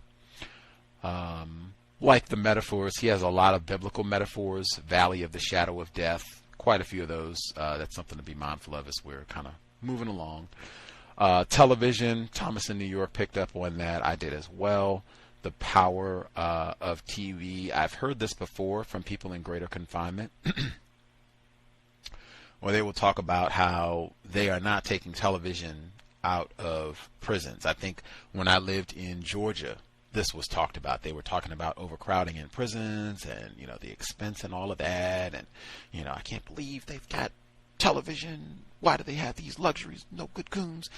And they said, we are not. This was the prison officials. We are not getting rid of television here. That helps us maintain order. And even at that time, and I was very confused about white supremacy, racism at the time. Cows didn't exist, but wow, I thought that was significant. Television is that powerful that in greater confinement, they weren't saying, oh no, we got to have our nigger knockers. Oh no, we got to have our bulletproof vests. They were saying, oh no, we got to have our television to maintain order in the prison. Like, wow. And even at the passage, he said, TV is more than a powerful diversion from a terrible fate. It is a psychic club metaphor, but wow. Used to threaten those who dare resist the dehumanizing isolation of life on the road. To be found guilty of an institutional infraction means that one must relinquish TV. I think Thomas in New York, he said they use television to quell uprisings in the prison. Like, wow, that is correct use of quell. Well behaved. Yes, sir. No, sir. Like it, yes, sir. I am quiet. Don't know what they're going to have on Netflix tomorrow. Might want to see old Lamar Jackson get out there and play. I'm well, like, wow. That is a man. I mean, hey, victim of white supremacy. If I was in greater confinement, not even on death row, if I was just there, on a misdemeanor, I might be doing the same thing. Like, I might be the biggest Power fan and all the rest of it. If I had to be cooped up and you're about to go crazy and you don't have contact with anybody and you got racists doing God knows what to you and everything else, absolutely, I would be watching television all day long. Don't care what it is. We're going to watch Precious all day long. Let's watch Precious all day long. Like, man. But that is amazing. And the thing that it reminded me of is he said that when the institutional infraction means that one must relinquish TV. I have heard that response exactly from people who are not in greater confinement. I've heard people, when they were on their jobs and they were talking about a problem, often being mistreated, and being stressed and upset to the point that they, might be considered doing something where they would get in trouble or resigning or something like that. Maybe I'm going to get fired. I'm going to get so angry I'm going to get fired. And they said, I try to calm down. Remember, I like my cable television. I have heard, that's not a one-time phrase. If anybody else has heard that from someone, or said it yourself, please, you can be honest and share. But I've heard that many times in my life from people oh man, I would tell them such and such, but oh man, Netflix, I'm trying to, they got good things I'm trying to watch for them. What a drug. We've had so many people over the years who've talked about purging television as a part of them getting involved with counter-racism. Them no longer watching television was a big part of their transition. Be mindful of that. Be mindful of that. That even on death row, you can have a television. You can't have a typewriter. I thought that was extraordinary too. You can have a television, glass and all. You can't have a typewriter. Let's see. The humiliation, thought that was so important as well, because it's deliberate. This has been talked about as well, those anal cavity searches. And doing anal cavity searches, there's not going to be any contact. You're not going to have an opportunity to smuggle crack, any other contraband in your anus. We know all of your tricks. We've studied the coon. We make that our business. You're not even going to have a chance to do any of that. But we still are going to do these cavity searches and strip searches and humiliate. That is such a key aspect of white supremacy racism, to humiliate black people, especially victims of white supremacy. It was Colin Powell. That was who it was. Dr. Welsing used to reference it. That's what I mean. I don't have to do a roll call. Mention Dr. Welsing on the program. VGQ to anybody who loves roll calls. And if you mention Gus T, well, thank you kindly. Hope you still do. But I could just mention Dr. Welsing with context, so you would have a reason. If this is your first time hearing her, you would know a little bit more about her life, work, and why she should be mentioned in a roll call. And then maybe I should read the ISIS papers, check out some of her lectures, maybe her visits to the cows. Dr. Welsing, she used to talk about Colin Powell. I guess after he left public office, early 2000s, after Bush the second, GW, when he stepped down, he had a line, I'm paraphrasing, but it was something to the effect of, I've had suffered many humiliations in my time in office. And Dr. Welsing mentioned this quote from Colin Powell, I believe, because it seemed to be related to racism, white supremacy, and he didn't go into detail. And she thought the same thing for the Obamas, Michelle and Barack, all of them, their children too. But that's the system of racism. And I believe that was the word that was used specifically, was quiet humiliation, small humiliations. It was some form of humiliations in his time in office. And this is someone, a general, served with distinction. No, you're just a nigger. We order you around, we humiliate you, treat you the same way we do any other nigger. Humiliations. Huge component of the system, and I mean that is flagrantly on display. And he'll give a lot more details of that as we continue. That's why I said he's talking about a lot of things, not really his case so much, but lots of things in the text. He will go into more detail about the statistics about a black male, black misandry. That would be another black male privilege. Black males being more likely to get the death penalty if their crime is committed against a white person like himself. He kind of is talking about himself in some ways, just not directly. More likely to get the death penalty if the violation is against a white person. He's going to talk more about that in much greater depth, so I will table any response to that until later.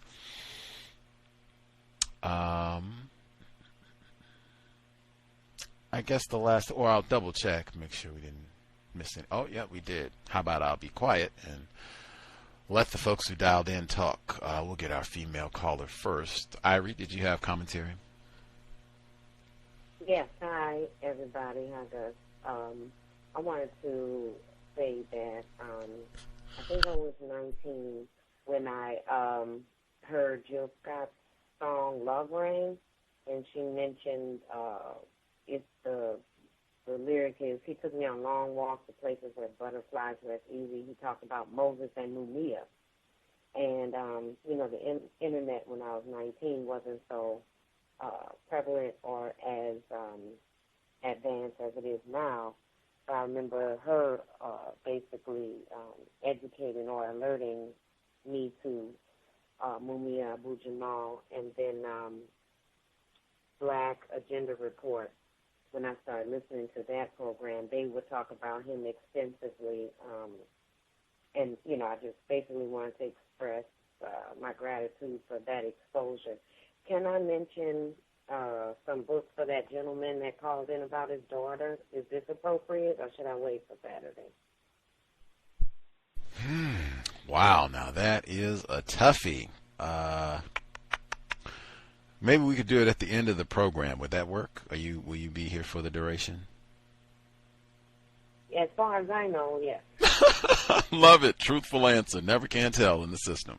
All righty. We'll do that because that is important. Request for children's literature should be honored, I think. And it's on the book club. My goodness. Where else would this would have to be an appropriate environment?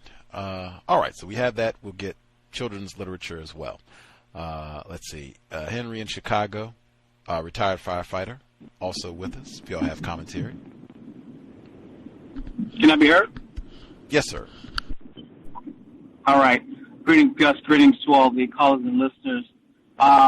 For the last caller, Irie, I was the gentleman that requested the literature, so it would be nice if you want to share it at the end as Gus requested, so I will be listening. Gus, I had a different experience in trying to get this book. The libraries that I was looking at in the South Chicago and even South suburbs were either out. What was so interesting was one library had it listed as missing as well, and it was a library that was close to me.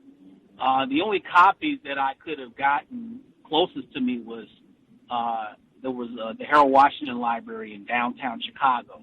So I'm just gonna order it online and just wait for it to come. But yeah, that was my experience. I did not find it easy to get it from the library from my standpoint here in Chicago. You also referenced Danny Glover with the reparations. That is here in Evanston, Illinois. It's a suburb of Chicago. What they're trying to do is they're trying to use the sale of marijuana as payment for reparations, and I guess apparently Danny Glover is supporting it. He was here yesterday in regards to supporting it, so I just wanted to give context to that. In regards to the book, now it's interesting that Mumia gets to write this literature in prison, and I was wondering how much of this literature has been altered or edited, and probably not Mumia's work, because when prisoners write letters, I think they open them and read them, just as what they call security.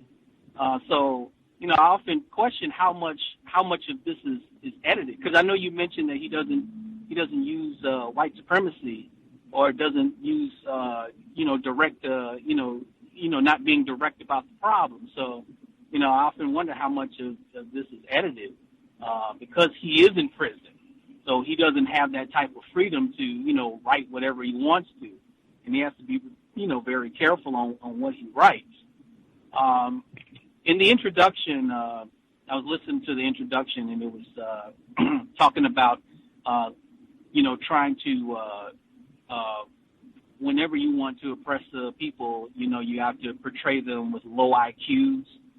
I thought about Lopper Stotter's book, The Rising Tide of Color, where he, basically talks about black folks being the dumbest of all of the race.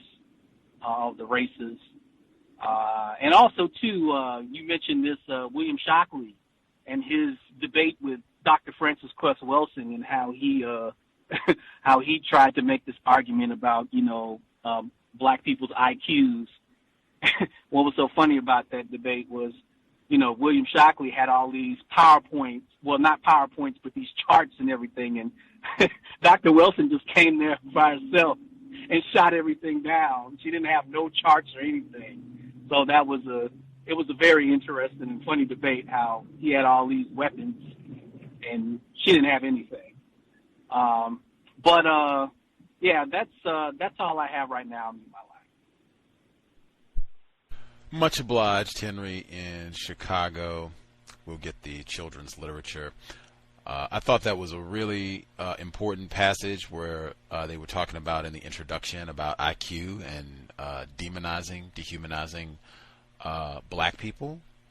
And I, too, William Shockley, I went right to Dr. Francis Cress. Again, there you go. Then you put Dr. Welsing in context. We just don't mention her name. Why are we mentioning her name? So many reasons. Let's count. There we go. I thought of that, too, when the IQ came up. The bell curve, because that is directly related to William Shockley. That's the same ilk. That's the same people. That's the same, crew. They hang out together, eat lunch together, at the coffee shop together, all of that. Sit around and talk bad about Mumia together. So one, I thought, because we talked, and I think this is when she was on the program in 2013, I think Dr. Welsing debated Charles Murray, who co-authored the bell curve. I have to go back and find the newspaper article, but I think I have it, and we talked about it. I think they did a debate of some sort. He got paid like $12,000. She got paid $6,000. I think that's in the archives. That's one. Two, I looked online, and I found this report. This is at the Washington Post, published in 1994. So this is 1 year before this book was published, Live from Death Row. The fusillade of anger, bitterness, and debunking from a range of critics of the bell curve has pounded us relentlessly the last few days. Understanding that this is a tremendously painful and emotional issue, I still would ask black people to take their emotions out of the issue. Instead, let's use this ultra-hyped, carefully promoted book as an occasion to put another taboo topic on the table.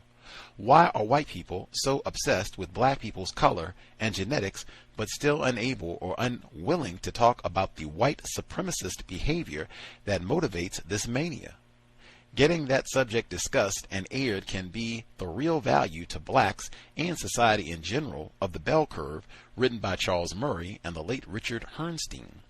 The book essentially argues that blacks on average have lower intelligence than whites, and while nearly every respectable scientist and opinion leader has blasted the book, the publishers announced Thursday that sales are booming and that they will cash in on free publicity by doubling the number of copies in print to 200,000. White people are projecting onto black people that something is wrong with black genetics when they themselves are concerned about their minority status on the planet, said Francis Cress Welsing, a Washington psychiatrist. I was interested in Welsing's opinion because she also is the person who most effectively debated William B. Shockley in the 1970s. Shockley became known for his insistent advocacy of the idea widely rejected in the scientific community that black people were genetically inferior to white people.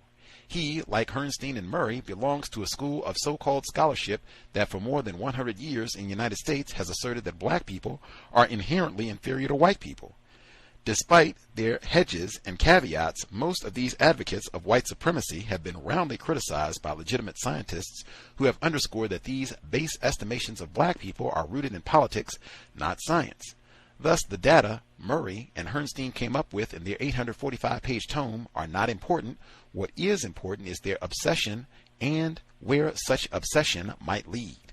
Still, as black people, we expend so much physical and emotional energy moaning about the attacks that we rarely step back and examine, beyond making the most superficial charges of racism, what is behind the recurrent assaults. Just a tad, because Dr. Welsing comes up one more time. Now is the time for us to try to understand in depth why some whites have this need to spend so much time talking about black people's genetics with almost no focus on their own behavior. Too often in history, we find we find out where it does end. It ends in justification of holocausts, in the justification of lynching, in the justification of slavery. Too often in our history, it has led to the justification of heinous acts committed when pseudoscience, woo, what a word, has given permission to those acts to occur. Murray and Herrnstein, linking black so-called intellectual disability to poverty, crime, and welfare, foresee the coming of a custodial state in which low IQ underclass is kept in a more lavish version of the Indian reservation. But in the view of many black people, the march to that state of affairs already has begun. We watch as the society gets righteous in its anger and passes punitive measures to attempt to address societal problems. Many of the nation's inner cities are ghettos. Hundreds of thousands of young black men are warehoused in prisons. Many more are dying from imported guns and imported drugs. Proposals for no parole and 3 strikes and you're out of society abound. Well-intentioned white people ought to be looking into this, but I'm not surprised that they are not, said Welsing, author of the controversial Kress theory of color confrontation and racism, white supremacy. I will stop there. Washington Post, 1994, speaking of taboos. So this is 25 years ago, is that right? Wow. Woo! Reading is more important than watching television. Retired firefighter. Thank you for your patience, sir. Did you have commentary?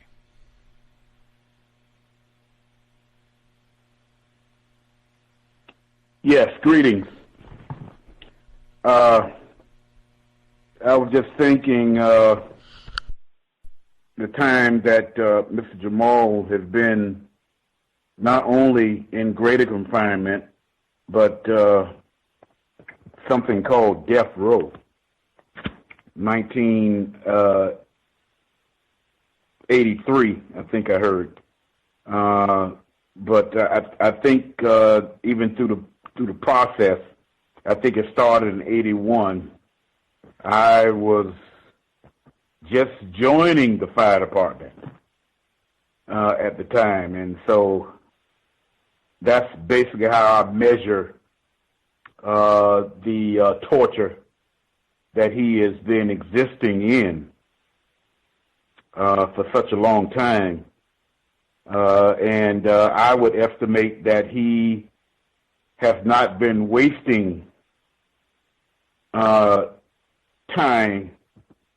He's quite active as far as someone going into greater confinement, having a skill, because from my understanding, he was a journalist before he was incarcerated, and he still utilizes his skill. I have done here, I'm surprised that there's anybody on death row, although I do know there are some who are on death row for, quote unquote, the murder of a non-white black person, but it's not a lot, that's for sure.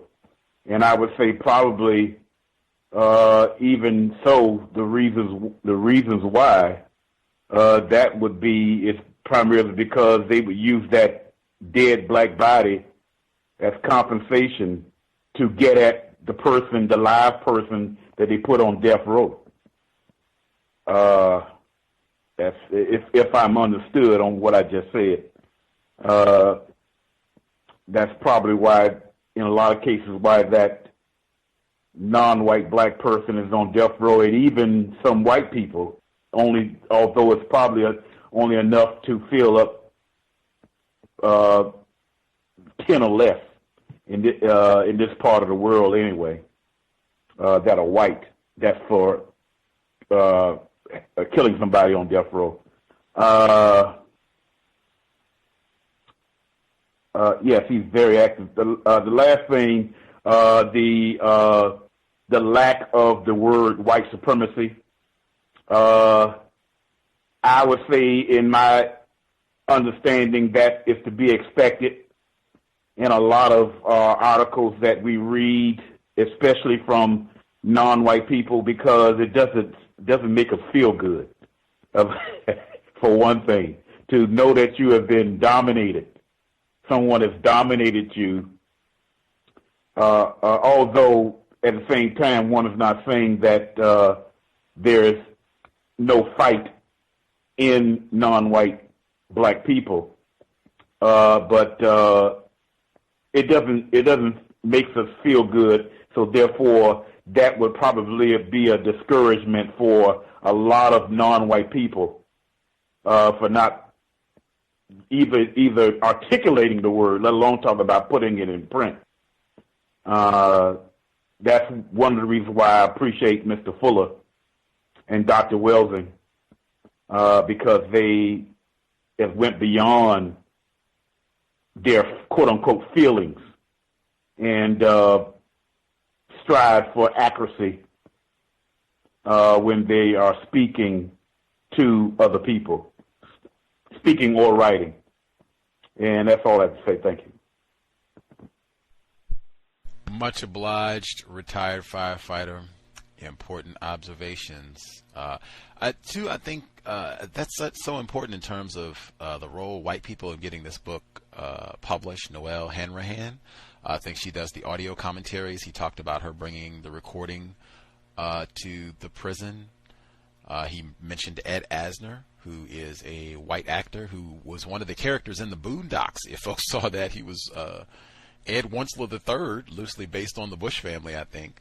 But he's white at the end of the day. Now, he has been a longtime supporter of Mumia Abu-Jamal. I think he's involved in different counter-racist projects. We'll probably get an audio snippet of him before we roll out Mr. Asner, modern-day John Brown. But if you, and again, if I was on death row, any white person, if they brought me a loaf of cornbread, you had better believe I'd be writing them a thank you note or anything else. Hope they get me another loaf of cornbread before, I check out of here. So I totally understand. I'm not, I'm just pointing out that I think being in such, a vulnerable state as we all are, but I mean, that is hyper vulnerable. You're in death row, greater confinement. Well, he's not on death row now, but still greater confinement.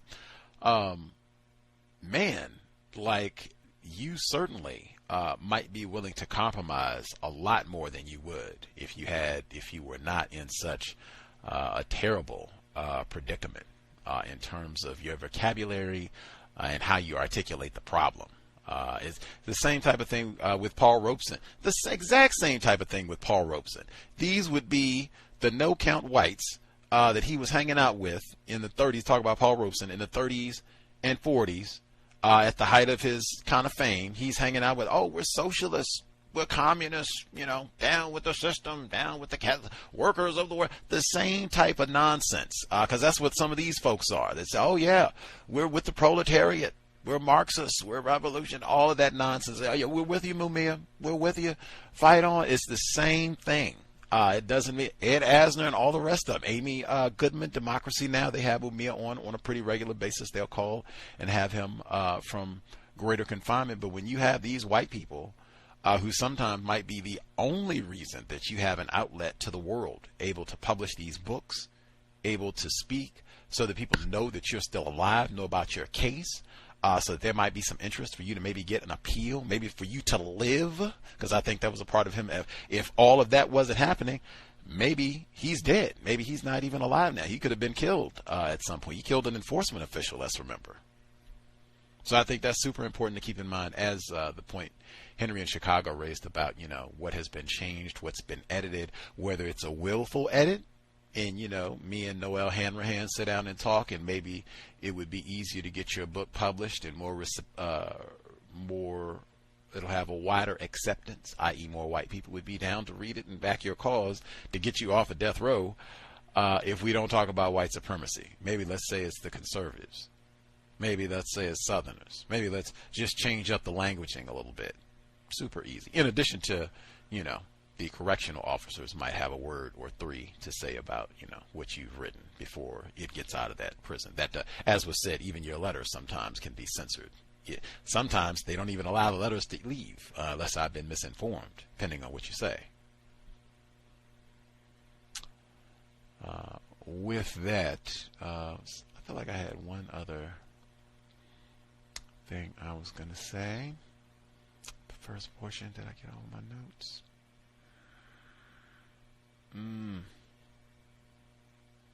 I'll have to.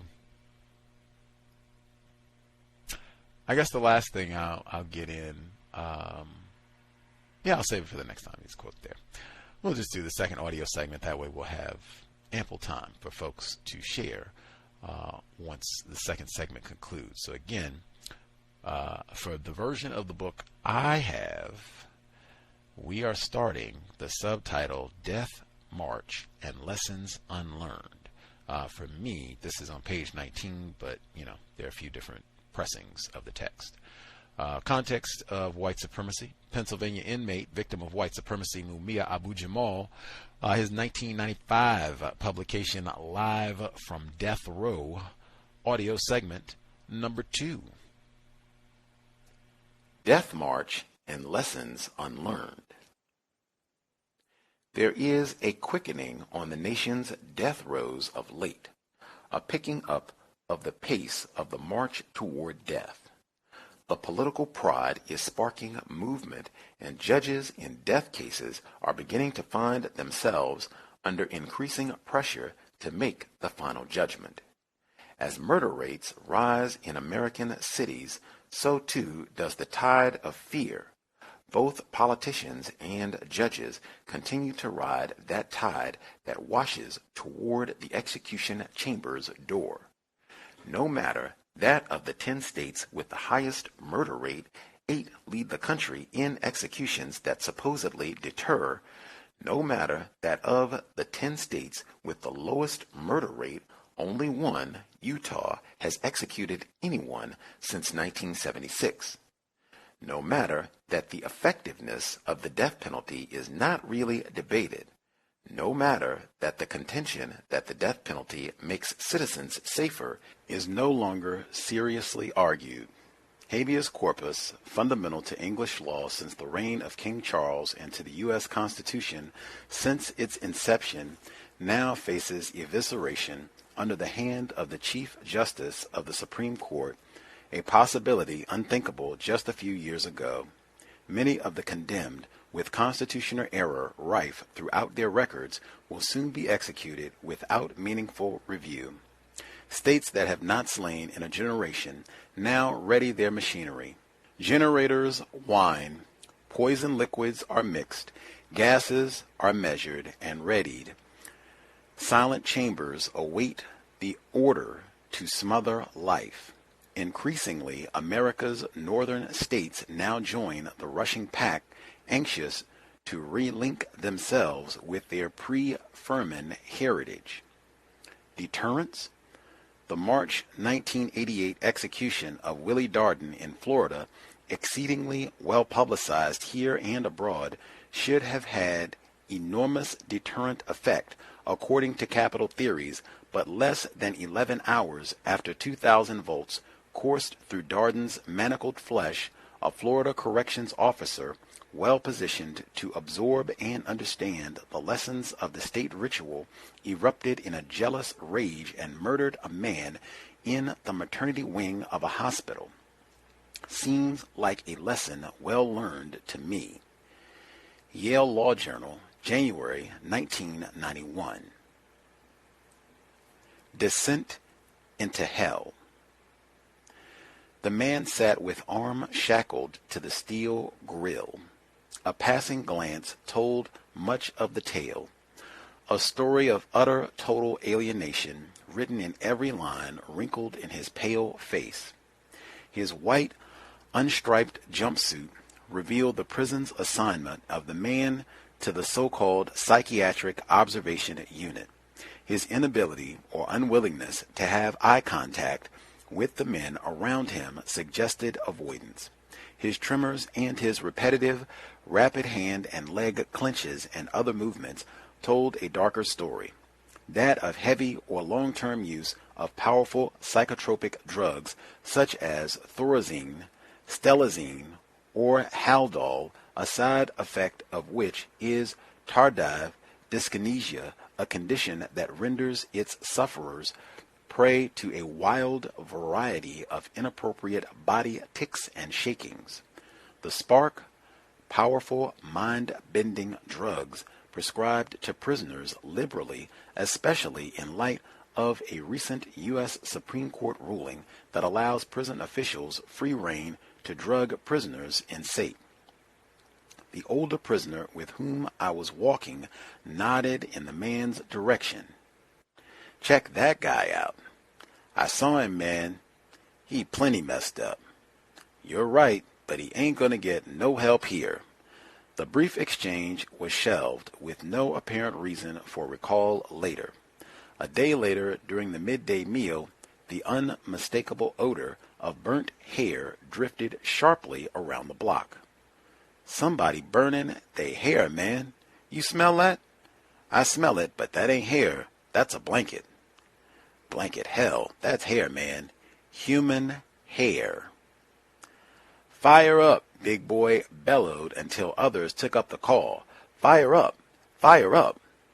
For 5 frantic minutes the call resounded, and guards, the ever-present keys a-jangle, ran from cell to cell, from tier to tier, until the burning, smoking cell was located and the white, frothy liquid quenched the flames.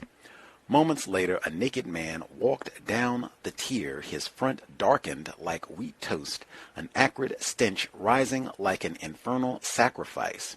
He walked slowly, deliberately, as if lost in thought, as if involved in a languid, aimless stroll on the beach. 12 hours later, he was pronounced dead with over 70% of his body burned. He was identified as Robert Barnes, 57 years old, of Delaware County, Pennsylvania, a recent transfer from Graterford Prison to Huntington Prison. The man had reportedly warned officials that if he were placed in the hole, disciplinary custody status, and locked down, he would kill himself. He was placed in the hole. He killed himself. Although he had an extensive psychiatric history and had made a recent suicide threat, he was placed in a strip cell for 24 hours a day. When he was found, his burned jumpsuit had been totally consumed. Like many long-term prisoners in Pennsylvania with serious psychiatric and mental problems, Huntington's hole became a way station for a descent into hell. The Visit. In the midst of darkness, this little one was a light ray. Tiny, with a Minnie Mouse voice, this daughter of my spirit had finally made the long trek westward into the bowels of this man-made hell situated in the south-central Pennsylvania boondocks. She, like my other children, was just a baby when I was cast into hell, and because of her youth and sensitivity, she hadn't been brought along on family visits until now. She burst into the tiny visiting room, her brown eyes aglitter with happiness, stopped, stunned, staring at the glassy barrier between us, and burst into tears at this arrogant attempt at state separation. In milliseconds, sadness and shock shifted into fury as her petite fingers curled into tight fists, which banged and pummeled the plexiglass barrier, which shuddered and shimmied but didn't shatter. "Break it! Break it!" she screamed. Her mother, recovering from her shock, bundled up Hamida in her arms as sobs rocked them both. My eyes filled to the brim, my nose clogged. Her unspoken words echoed in my consciousness. Why can't I hug him? Why can't we kiss? Why can't I sit in his lap? Why can't we touch? Why not?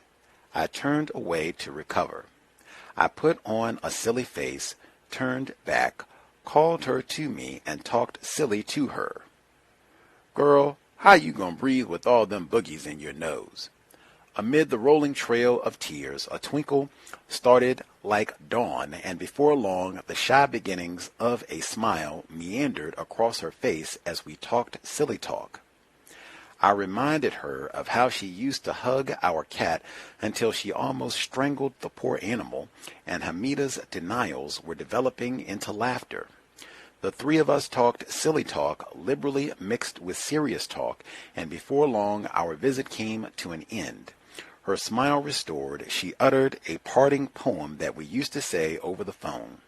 I love you, I miss you, and when I see you, I'm gonna kiss you. The three of us laughed, and they left.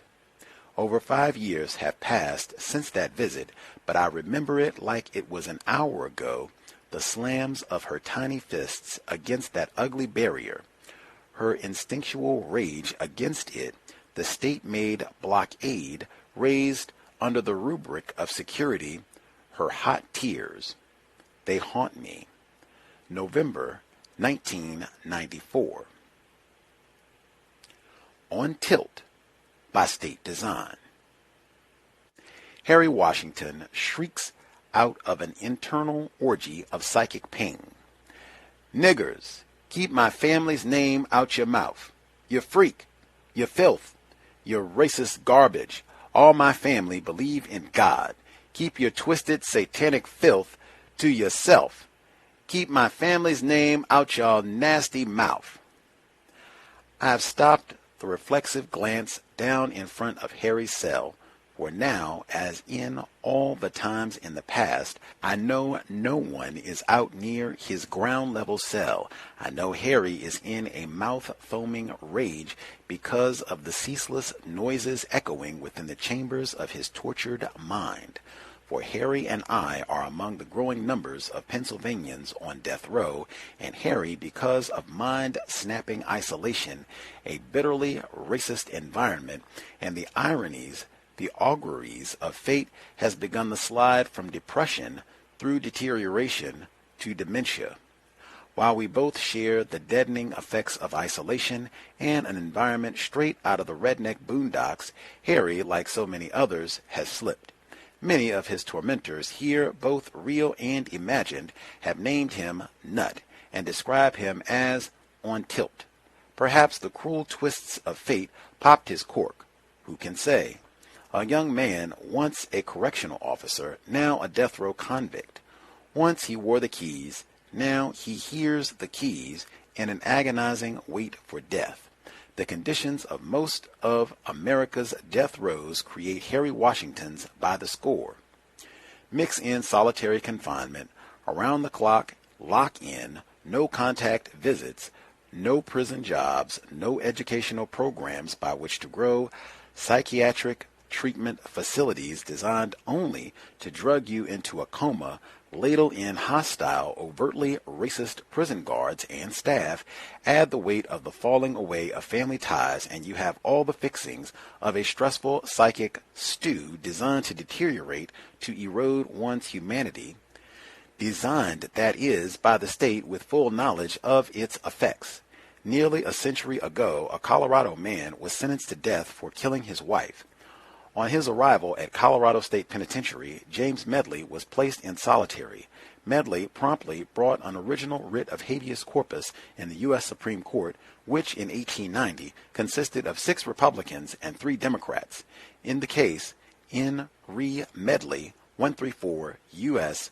160, 1890, the court reached back to Old English law to the early 1700s of King George II to conclude that solitary confinement was an additional punishment of the most important and painful character, and, as applied to Medley, unconstitutional.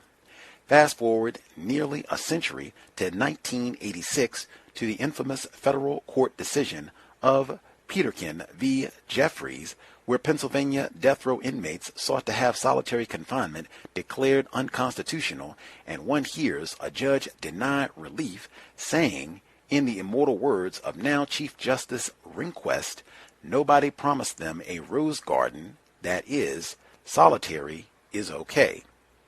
The notion that human progress is marked by an evolving standard of decency, from the less civilized to the more civilized, from the more restrictive to the less restrictive, from tyranny to expanding freedom, dies a quick death on the rocks of today's Rehnquistian courts. Indeed, what other court could make the Republican-controlled Southern Harlan Fuller Court of the 1890s seem positively radical by comparison? Harry constitutes his howlings and mindless mutterings of rage at no one in particular. June 1989. On death row, fade to black. It is about time the court faced the fact that the white people in the South don't like the colored people. William H. Rehnquist, law clerk, 1953. A light-skinned native of Lenape lineage sidles up to a fellow prisoner in nearby steel cage for a bit of small talk.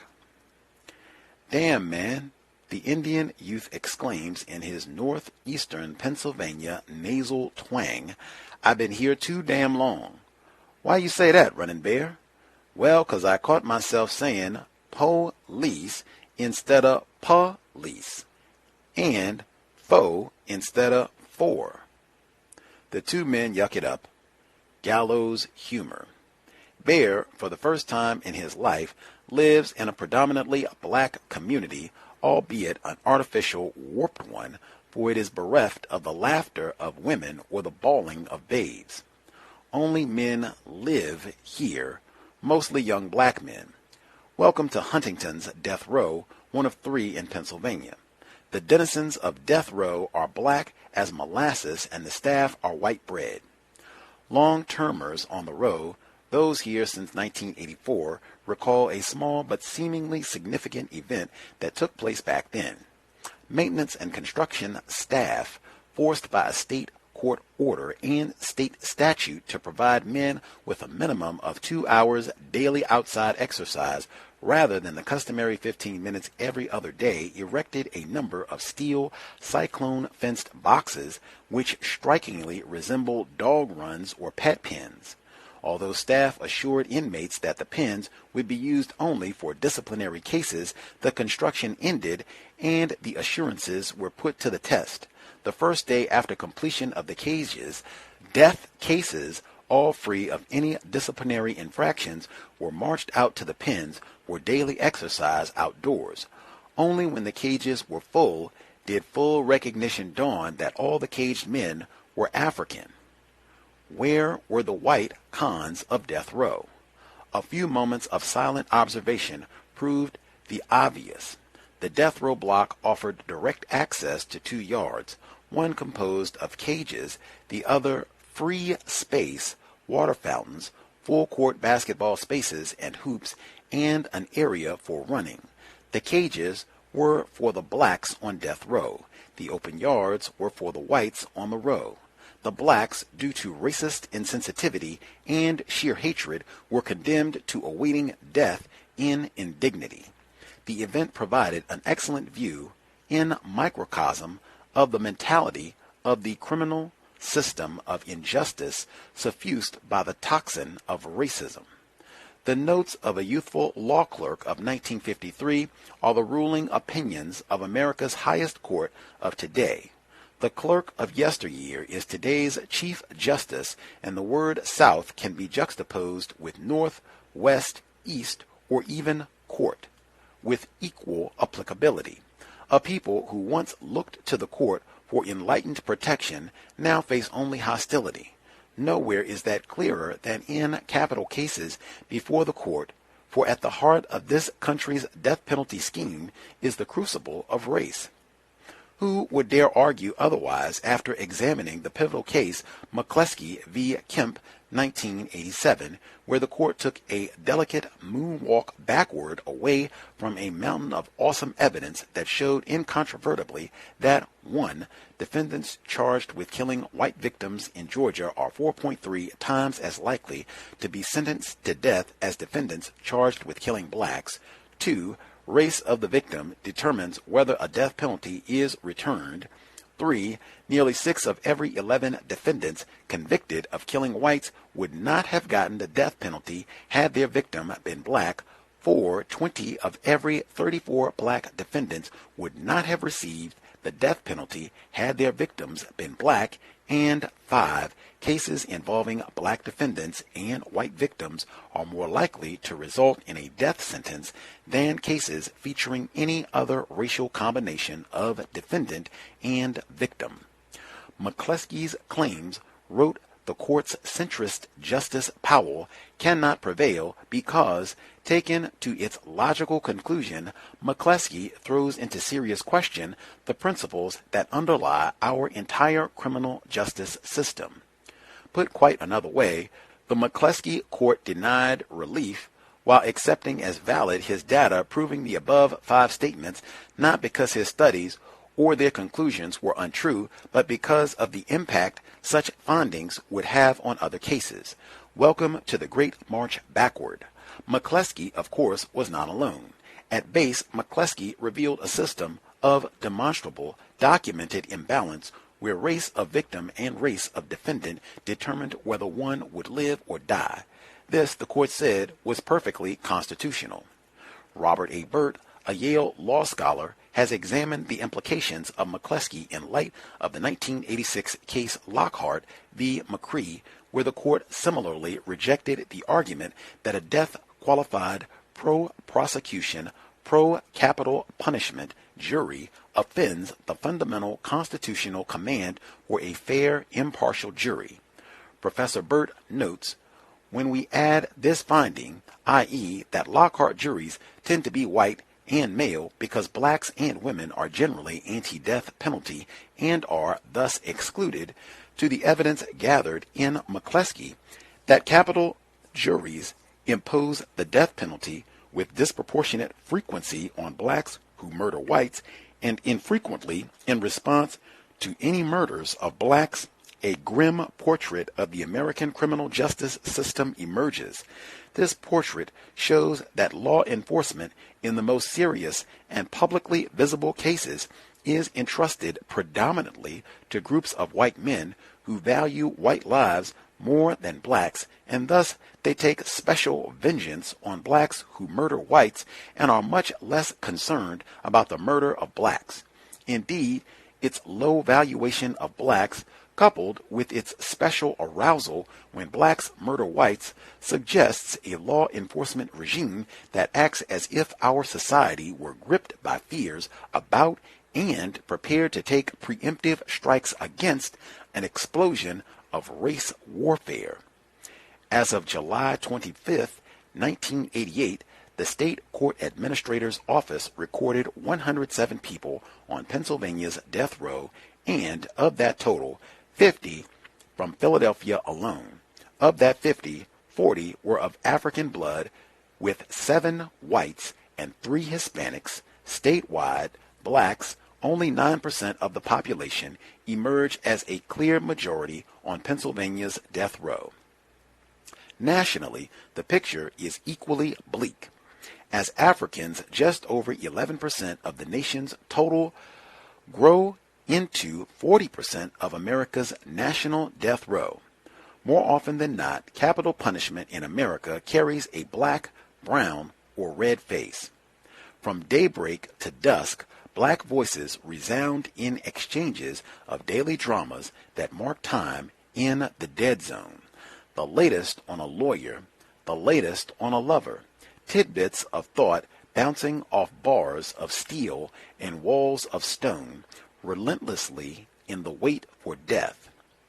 Echoes of Dred Scott ring in today's McCleskey opinion, again noting the paucity of rights held by Africans in the land of the free, who had for more than a century before been regarded as beings of an inferior order and altogether unfit to associate with the white race either in social or political relations, and so far inferior that they had no rights which the white man was bound to respect. Chief Justice Taney sits again, reincarnate, on the Rehnquist court of the modern age. Taney's court, in Scott, left intact the power of the slaver by denying constitutional rights to Africans, even those born in the United States. Rehnquist's court in McCleskey leaves intact the power of the state to further cheapen black life. 133 years after Scott, and still unequal in life as in death. April 1990. From an echo in darkness, a step into light. Psst, psst. Yo, Moo, you up? asks the Italian Cherokee cheer runner, his accent betraying his South Philly roots. Stirring from the mattress, I trudge to the cell door, look down to where Mike stands, and glower at his bright face. "What's up, man?" I grumble at sleep's interruption. "You ready for this?" Mike asks rhetorically, his face ablaze with a smile. "Man, what's up?" I demand, a bit peeved at the wordplay. "Jay Smith, he's going home," Mike announces, and a heartfelt sense of happiness at another man's good fortune lifts my mood instantly. "No shit, Mike?" "Swear to God, Moo, he's packing his gear right now. Says he got an order from the Supreme Court throwing out his conviction. Ain't that something?" "Yeah, Mike, that's something wonderful. Long live John Africa. That's good news, man." Jay Smith, a common Anglo-Saxon, everyday American name, belonged to an old, quiet, gray-haired, professional white dude who, until recently, was among 149 souls on Pennsylvania's death row after his conviction for 3 killings that sparked national attention, several books, and a television movie. Prosecutors, police, and the press painted him as an arch-demon, a twisted sadist, a triple killer, and an all-around not-so-nice guy, light years from the Lower Merion School principal and Army reservist his neighbors and students knew. Having read a news article depicting him as cold and evil with goat-like gray eyes, I half expected when I met him to see him bounding around on 2 cloven hooves. But on appeal, it appeared as if the real animals, skunks, sent him to death row, for the Supreme Court reversed his conviction, citing prosecutorial misconduct, and his lawyer steadily uncovered lying cops, hidden evidence, and secret deals between investigators and a Hollywood novelist for inside info on the case. His prosecutor, who rose to national office on his case, fell just as swiftly when arrested and convicted on cocaine-related charges. On Friday, September 18, 1992, at midday, the word came to Smith that his case was over, the prosecution discharged, the defendant free to go. Encaged in Pennsylvania hellholes and on death row since 1979, Jay Smith packed his meager possessions, sent a few bye-byes around, shook off the ashes of 12 years, and walked away, stepping back into life. All the books, the multi-million-dollar movies of the week, and the damning news articles paled beside the reality of one man walking from the stagnant cesspool of prison into freedom. When one reporter asked him about his plans, he replied, "I don't know. I've been fighting so long for this that I hadn't planned for anything beyond. I'm 64. Maybe in a year I can collect Social Security? But what security exists in a system that plotted, lied, connived, and hid evidence to destroy one man's life that took 12 years from his life, his profession, his family?" September 1992. Context of White Supremacy.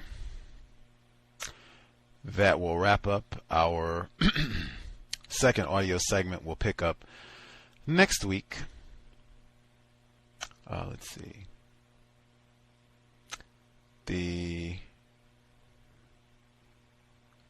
What's this one?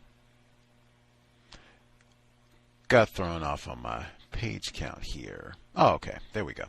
So next week we'll pick up from, we're still pretty early in the book. For me, this is Night Raiders. Night Raiders Meet Rage. We're on page 44 in the text. Night Raiders Meet Rage. That's what we'll pick up at for next week. Live from Death Row. If you have questions, comments from the second audio or any portion of what we covered today, the number again, 605-313-5164. The code 564 943#. Press star 61 if you would like to participate. If you didn't get to share at all, make sure you go up. Make sure you go ahead. Speak up now. Don't wait till the last moment if we missed you during the first portion of the audio. I guess I'll just get in. It's striking, that last essay that we heard, where Jay Smith, this white man who I guess got out after had been there unjustly, had a movie done about him and all that. They say, long live John Africa. They give praise to John Africa for this white man, suspected racist, being released. Wow. Yeah, given everything we just heard, I thought that's where we ended at this week. Significant. Folks have comments to share. Star 61. If you didn't get to share it all, definitely get your hand up. We'll make sure we do not miss you. Let's see. So, retired firefighter Irie Thomas in New York. Let's see. All of y'all are here. I'll nab other Chicago, Henry in Chicago. I'll nab other folks as I see hands. Copy her. Thomas in New York. Yes, sir.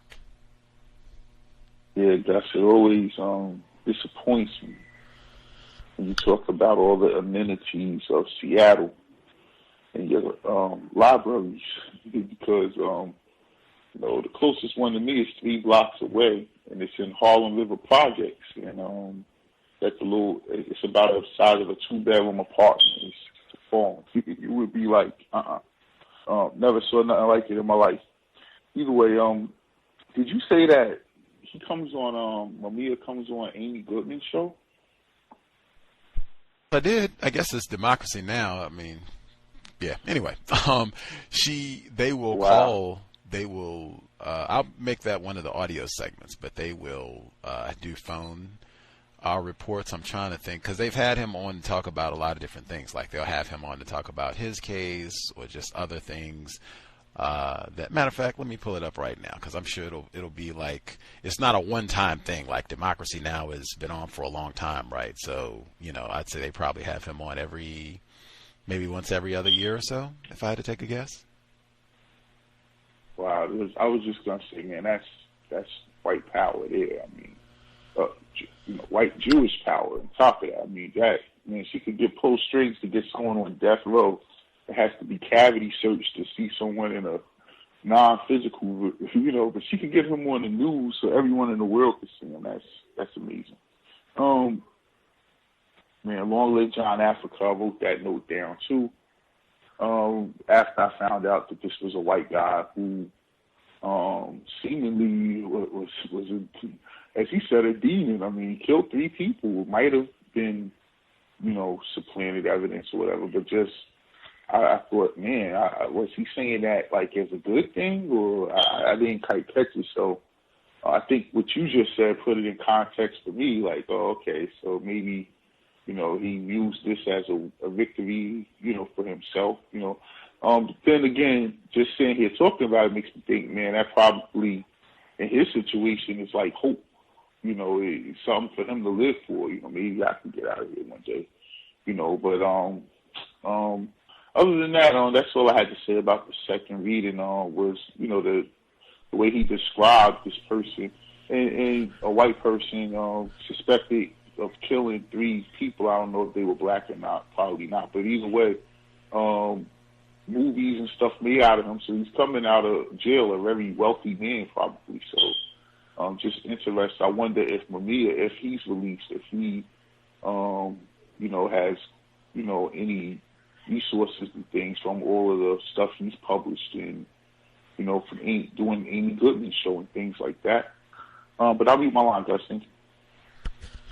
For sure. I did a search on Democracy Now. I just put in Mumia's name, and I got over 200 results. Now, sometimes it won't necessarily be him. It'll just be that they talk about him. But, I mean, they do talk about Mumia. He is referenced regularly, and they do have him on the program. I played a sound clip of him from Democracy Now! On the compensatory call-in, and one of our investors noted the call was interrupted.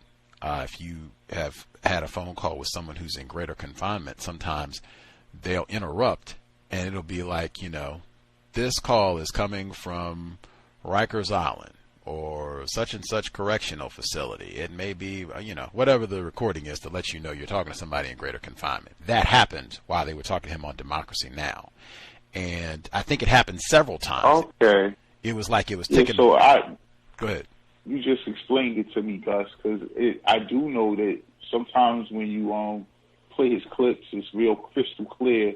And sometimes when you play his clips, it's like he's on a jail phone talking, and you can hear the, so that's when he's on Democracy Now! You're saying. Well, it just depends, because he does do interviews. I know he's done interviews on like KPFK in California, which is public radio, and Democracy Now! And other outlets. I think J.R. Valray, Minister of Information, he had him on California Public Radio, Black Report Radio several times.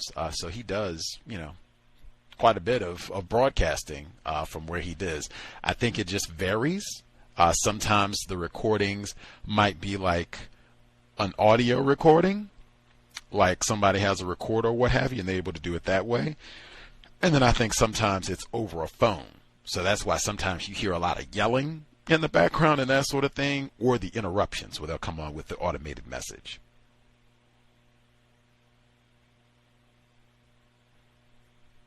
Thank you, sir. Thank you. But yeah, this is one of the interviews that I found, that there are many. This one is from October of 2016, and I'm just reading the transcript. Amy Goodman, she says, "We are joined now by Mumia Abu-Jamal, who just called in from prison in Pennsylvania." Now, he was not on death row at the time, 2016. "Mumia, we did not expect this call. Can you talk about your thoughts right now on the election as you watch behind bars in this very unusual 2016 electoral season?" And he goes on, they talk, you can listen to it, but he talks about the election, and they have a number of he talks about his health problems. He has hepatitis C, and they weren't treating him for that. So they talk about a number of things, but I mean, this wasn't even planned. So you talk about white power. I don't know how many inmates who he would still be a lifer, who've been in prison for this long, can just, hop on their phone and ring up Amy Goodman and get on a live broadcast where it's not even planned. We didn't even have a scheduled, I mean, if that's to be believed, even if it wasn't, I don't know how many people could do that. And to regularly be able to get, at Amy Goodman and all these other outlets, I mean, that is something to consider. Other folks have commentary that they wanted to share.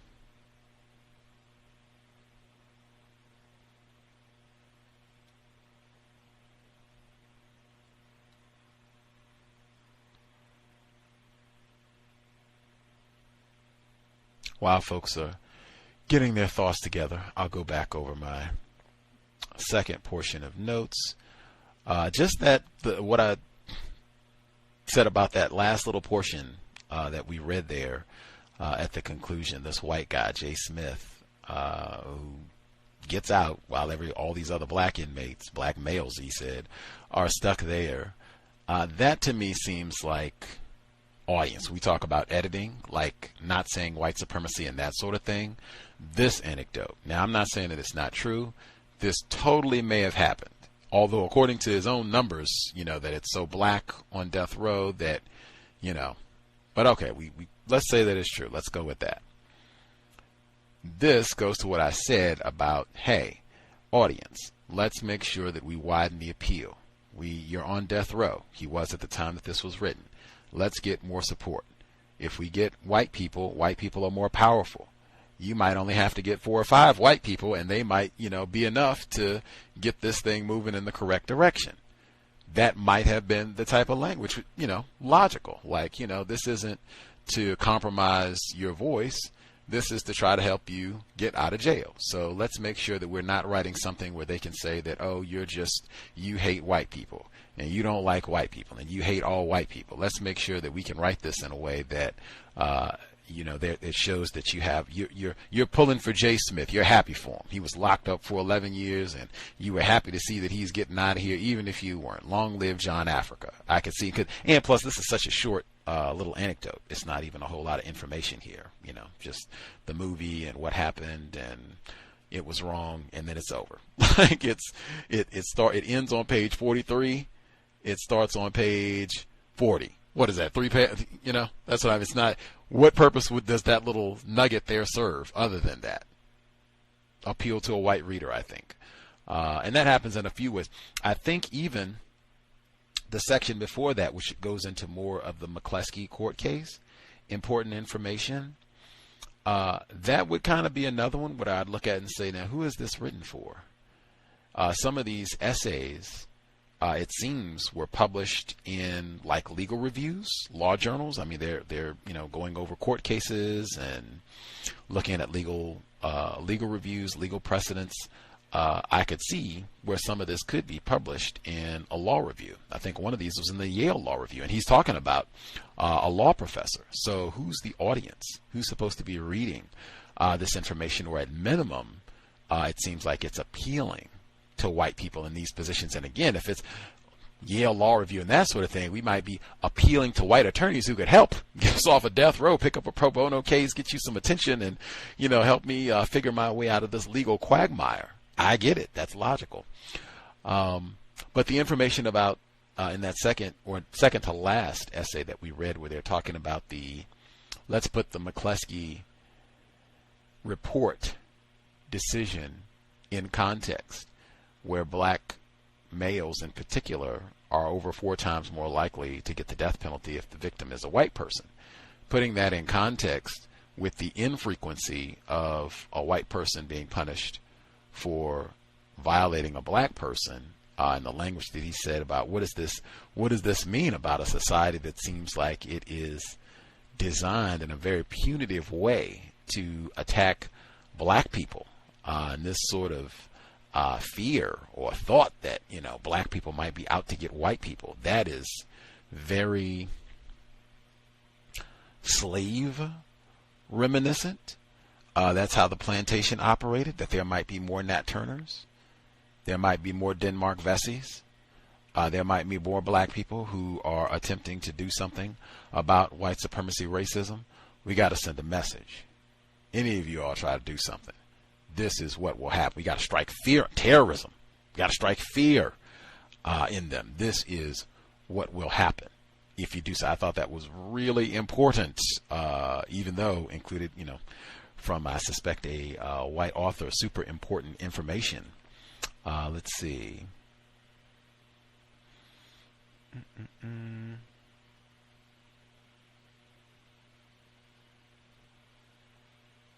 I thought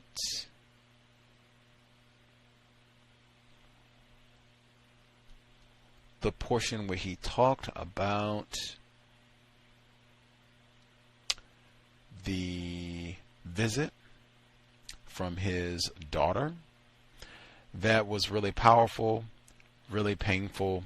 We talked about humiliation, and I think that right there, totally stripping family ties, human connections, to even be able to touch another human being. Like, the only touching that's going to be allowed is me coming to grope and violate you with our cavity search and all the rest to see that you aren't smuggling crack cocaine and the rest of your contraband that we don't give you, by the way. Only contraband you're going to have is what we give, what we provide. But no touching, no hugs, no none of that. You're an animal. You're a convict. We want to remind you of that at all times. But I can grasp, I think, the effect of this is supposed to be that the family does not want to endure this, the humiliations, because that the searches and all that, they do that to them as well sometimes. Frequently, we've had reports on that. They don't want to endure this. They don't want to see you enduring this, vice versa. So the designed impact, exactly what he said, erode those family connections. So you're just further isolated. Can just do more and more and more harm to you, and further erode your humanity away in greater confinement, all by design. But that was really painful In 40 years, imagine that, having to be a father.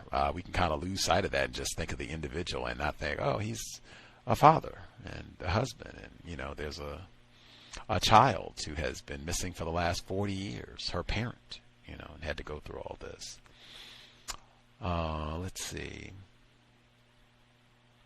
The mental health, we spent so much time talking about mental health on the program, and him talking about, now, contrast Jay Smith, this white guy, he gets released. Now, they've done a movie on him and all the rest. Harry Washington, he doesn't get a movie. Black guy going crazy, and a part of his going crazy, him yelling niggers. Keep your racist garbage. Stop talking about my family. That's his going crazy, where he's classified as a nut. That even reminded me the Khalif Browder documentary that Jay-Z did. They spent a lot of time talking about that, mental health, doing the same things, having black people isolated, having them in solitary confinement, knowing that this is going to take a toll on their mental health. They already know this. We're going to use language because we know that this is going to drive. It's designed to drive you insane, where you might not recuperate. We already know this. We studied this. We study the Negro. We study how to break the Negro. Doing the same thing, just more refined techniques. But I thought that was extremely important. And again, Mumia is a human being as well.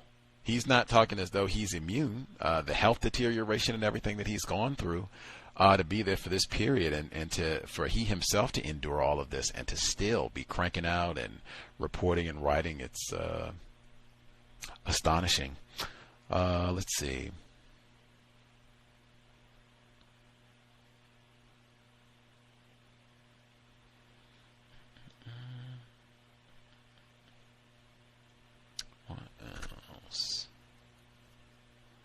The drugging, I thought, was important. He talked about the Supreme Court ruling where correctional facilities, they're allowed to drug inmates. Wow. I'm sure some of these people, that's how they got here. War on drugs, especially this time period. That's how they got here. Now we're going to get here, and it's, we got to give you some drugs so you'll settle down a bit. Give you some drugs and put you in front of the television. Like, wow. And then complain that we got a recidivism problem. You get all that. What happens if you get addicted to whatever drugs they have you on while you're in prison, and then you get out and you don't have access to those drugs anymore? What happens then? Let's see.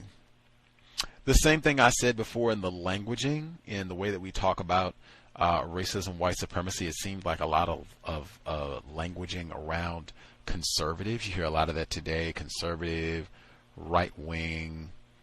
As though it's Donald Trump's fault. I guess at this time period it would have been, George Bush, I think. George H.W. Herbert Walker, I think, for this period. We'll blame it on him or blame it on Reagan. That's just not understanding accurately white supremacy racism when he says the notes of a youthful law clerk of 1953. That's what I mean about name dropping. All of this name dropping of white law clerks. I could see where this could be a means of appealing to white law students. Maybe they might be interested. White activists. The notes of a youthful law clerk of 1953 are the ruling opinions of America's highest court of today. The clerk of yesteryear is today's Chief Justice, and the word South can be juxtaposed with North, West, East, or even court. And this is him echoing when he started the chapter saying that the South doesn't like black people. And that's not accurate at all. It's individuals classified as white. It's not even South, West, East, North. It is the global system known universe. We talk about that on such a regular basis. How are you going to mention Nelson Mandela in this text, which he already did, system of white supremacy, and then come back and say that in some manifestation this problem is about white people in the South? Got to be. That's why I said, Dr. Welsing, I started to have a much greater appreciation for people that if you're going to talk about racism, doing so in an accurate manner. It is very difficult to find people who are willing and able to do that. Willing and able. Mumia Abu-Jamal might not be able. Not that he's not informed, but Noelle Hanrahan might not allow him. She might not be willing to do those recordings, if he talked about racism, white supremacy in a more blunt manner. I'll stop there. Any other folks? Sections, anything of significance stood out from the first or the second audio, either portion that we read so far? Hello? Yes, Irie, your volume is a little low. If you could speak up. Okay, is this better? Yes, ma'am. All right. You were talking about that invented fear of black people in order to, put them in greater confinement. It's like what I thought about while I was waiting is there's fear, right? And there's an acronym for it, false evidence appearing real. So for them, they create this false evidence of us and what we'll do to them and what we're capable of. And then, of course, to maintain order their way, they punish black people, black men, more harshly for this false evidence that they've imposed on themselves. But then we develop a fear, and that's factual evidence appearing real, because it is real, that there are people that, if they want you in jail, like with Mumia, they will invent something and then put you in there. And then because people see a person's, prosecution and therefore, or hence their, conviction, then everybody else has stress and anxiety and fear, just going about their daily lives. And then, like you said, just further putting more value on white lives and letting us know your life is not valuable, because if you are murdered by someone non-white, black, or whatever, they'll probably get, be able to get paroled out eventually, maybe, As far as the mental health thing, there's an interesting poem I heard on Michelle Ndegeocello's album. I can't think of it now. I think it's Cookie, the anthology. But she has in one of the songs, Hard Rock returns to prison from the hospital for the criminally insane, and this poem is by Etheridge Knight. And in the poem, he talks about how this prisoner, dubbed Hard Rock in the poem, is made he's a shell of himself because he's been lobotomized. And everybody, basically is commenting like, wow, this man really was, a stone cold killer, and now they've made him into, as gentle as a caterpillar, basically, because of the dismembering of his brain. When I was in college for graphic design, my instructor at the time, white woman from Poland, she mentioned to us that there's a certain pink that will drive you insane, or any person insane, I should say, and that was basically played around with in prisons. And they had to, I guess eventually they decided that was not a good thing to do. I'm not sure what the manifestations was, but they're constantly playing with the brains of the imprisoned, death row or not. And then I wanted to say, I hope I'm not taking too long, white people, Amy Goodman, I do watch Democracy Now! Every now and then to get like general headlines, but I know she and many others probably adhere to Mr. Abu-Jamal's case, because it's their way to say, hey, look, I'm not racist.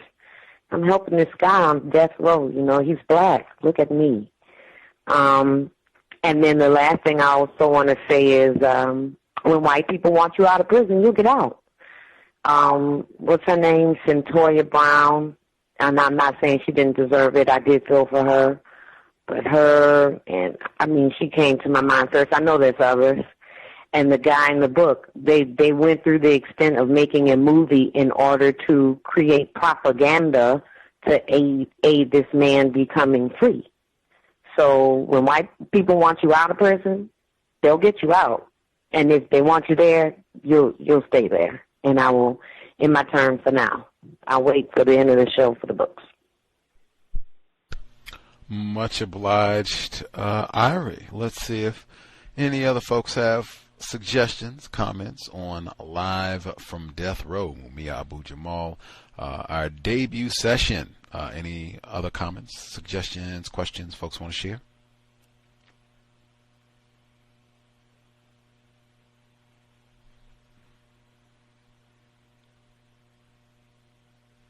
Assuming folks are satisfied this time around.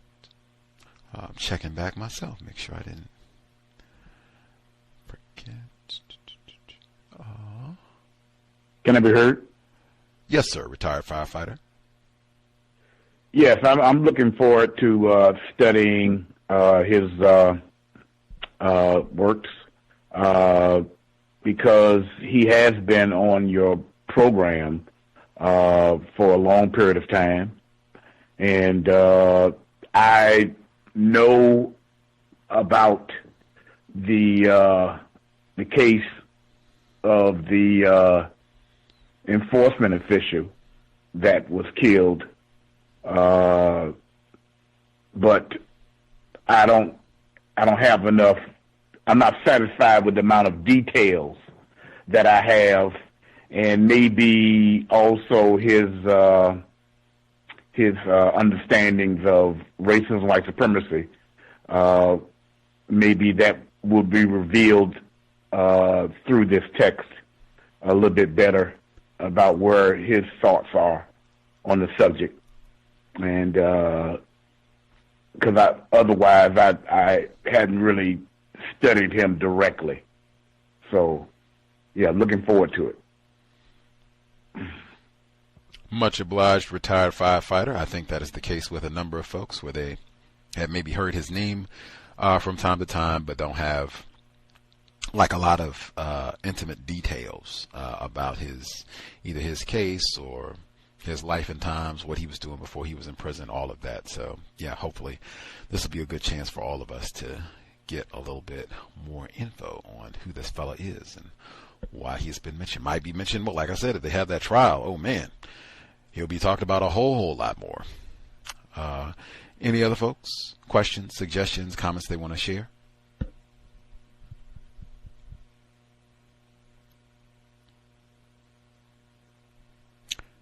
We'll assume folks are good for now.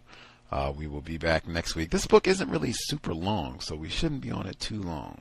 Definitely should take us into the new year, but I mean, before we get to Valentine's Day, we should be off onto something else. So hopefully we'll have fun, learn a lot, and be ready to roll 2020 with a new book once we're all done with this one.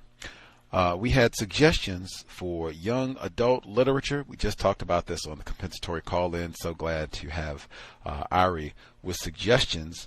Young, eager reader, I think 6th grade if memory serves, where she loves to read. She's reading The Abomination, The Hate You Give, which we already read on the cows. We want to give her something quality to cleanse her palate.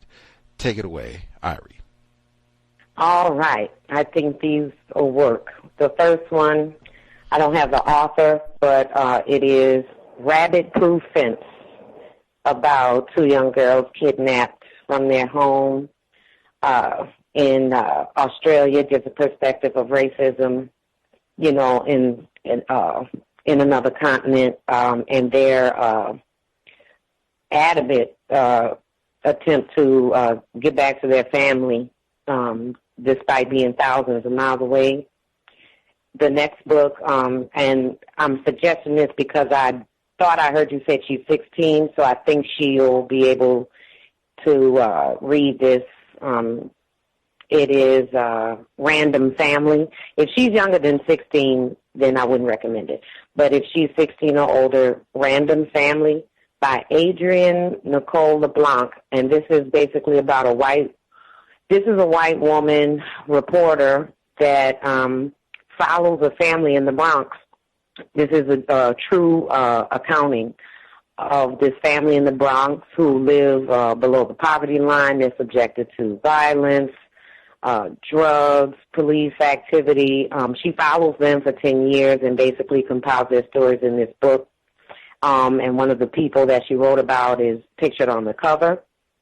And then the last book, The Best of Simple by Langston Hughes. And I really love this book in middle school because it gave me reflections or an insight on some of the things my grandmother would tell me about, the world growing up post the, World War II and the Great Depression. So there's going to be mentions of that. It also talks about racism. And it was really, really funny. And, of course, it's Langston Hughes, and I think she might like that if she wants to read something that's lighthearted. Give her a little bit of laugh and, just expand her palate. Now, in my turn, good night, everybody. Thank you. Love it, love it, love it. I hope I said 6th grade, not 16. She's, I think, memory is accurate, 6th grade. So not quite 16. I think 6th grade, that would be like 11, maybe. Okay. Scratch random family, please. Oh, okay. We'll put that in the reserve. Put that one in the hopper. So a few years down the road, we'll be ready to roll on that one as well. But at least for right now, 6th grade. Is that memory? Is memory accurate? Henry in Chicago, if he's still with us, 6th grade. That's our young scholars reading age.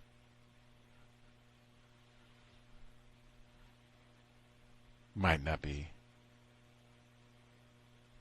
with us. It's in the archives, though. We went over it, and I think it's 6th grade.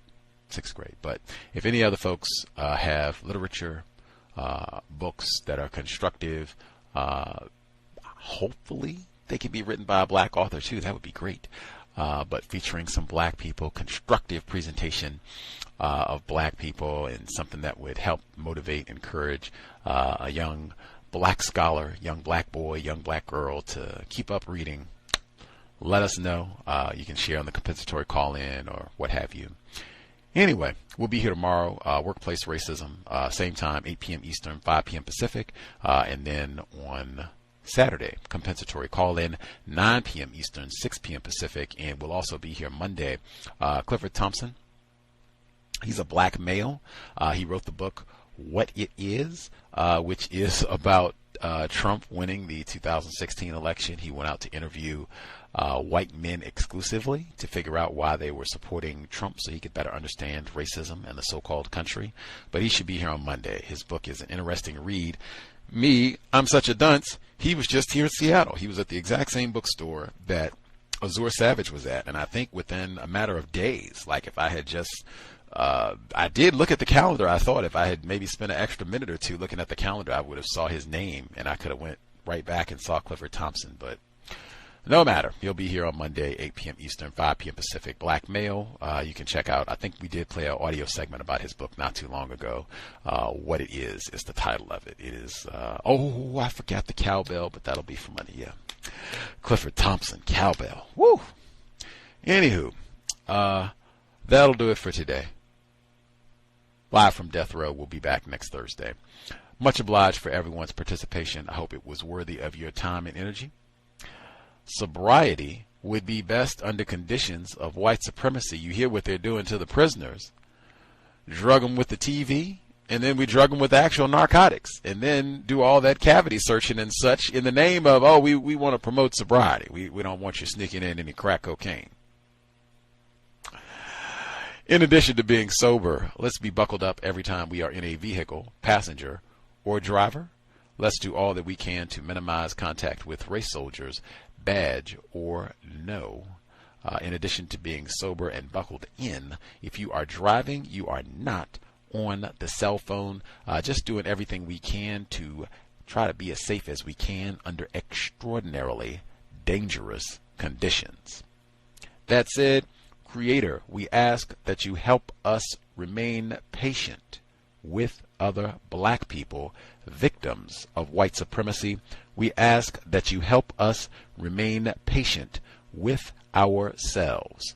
Remind us to demonstrate the highest levels of black self-respect at all times, in all places, each and every time we are in contact with another black person. It has been time. Replace white supremacy with justice immediately. Cal signing out. Thanks all for tuning in.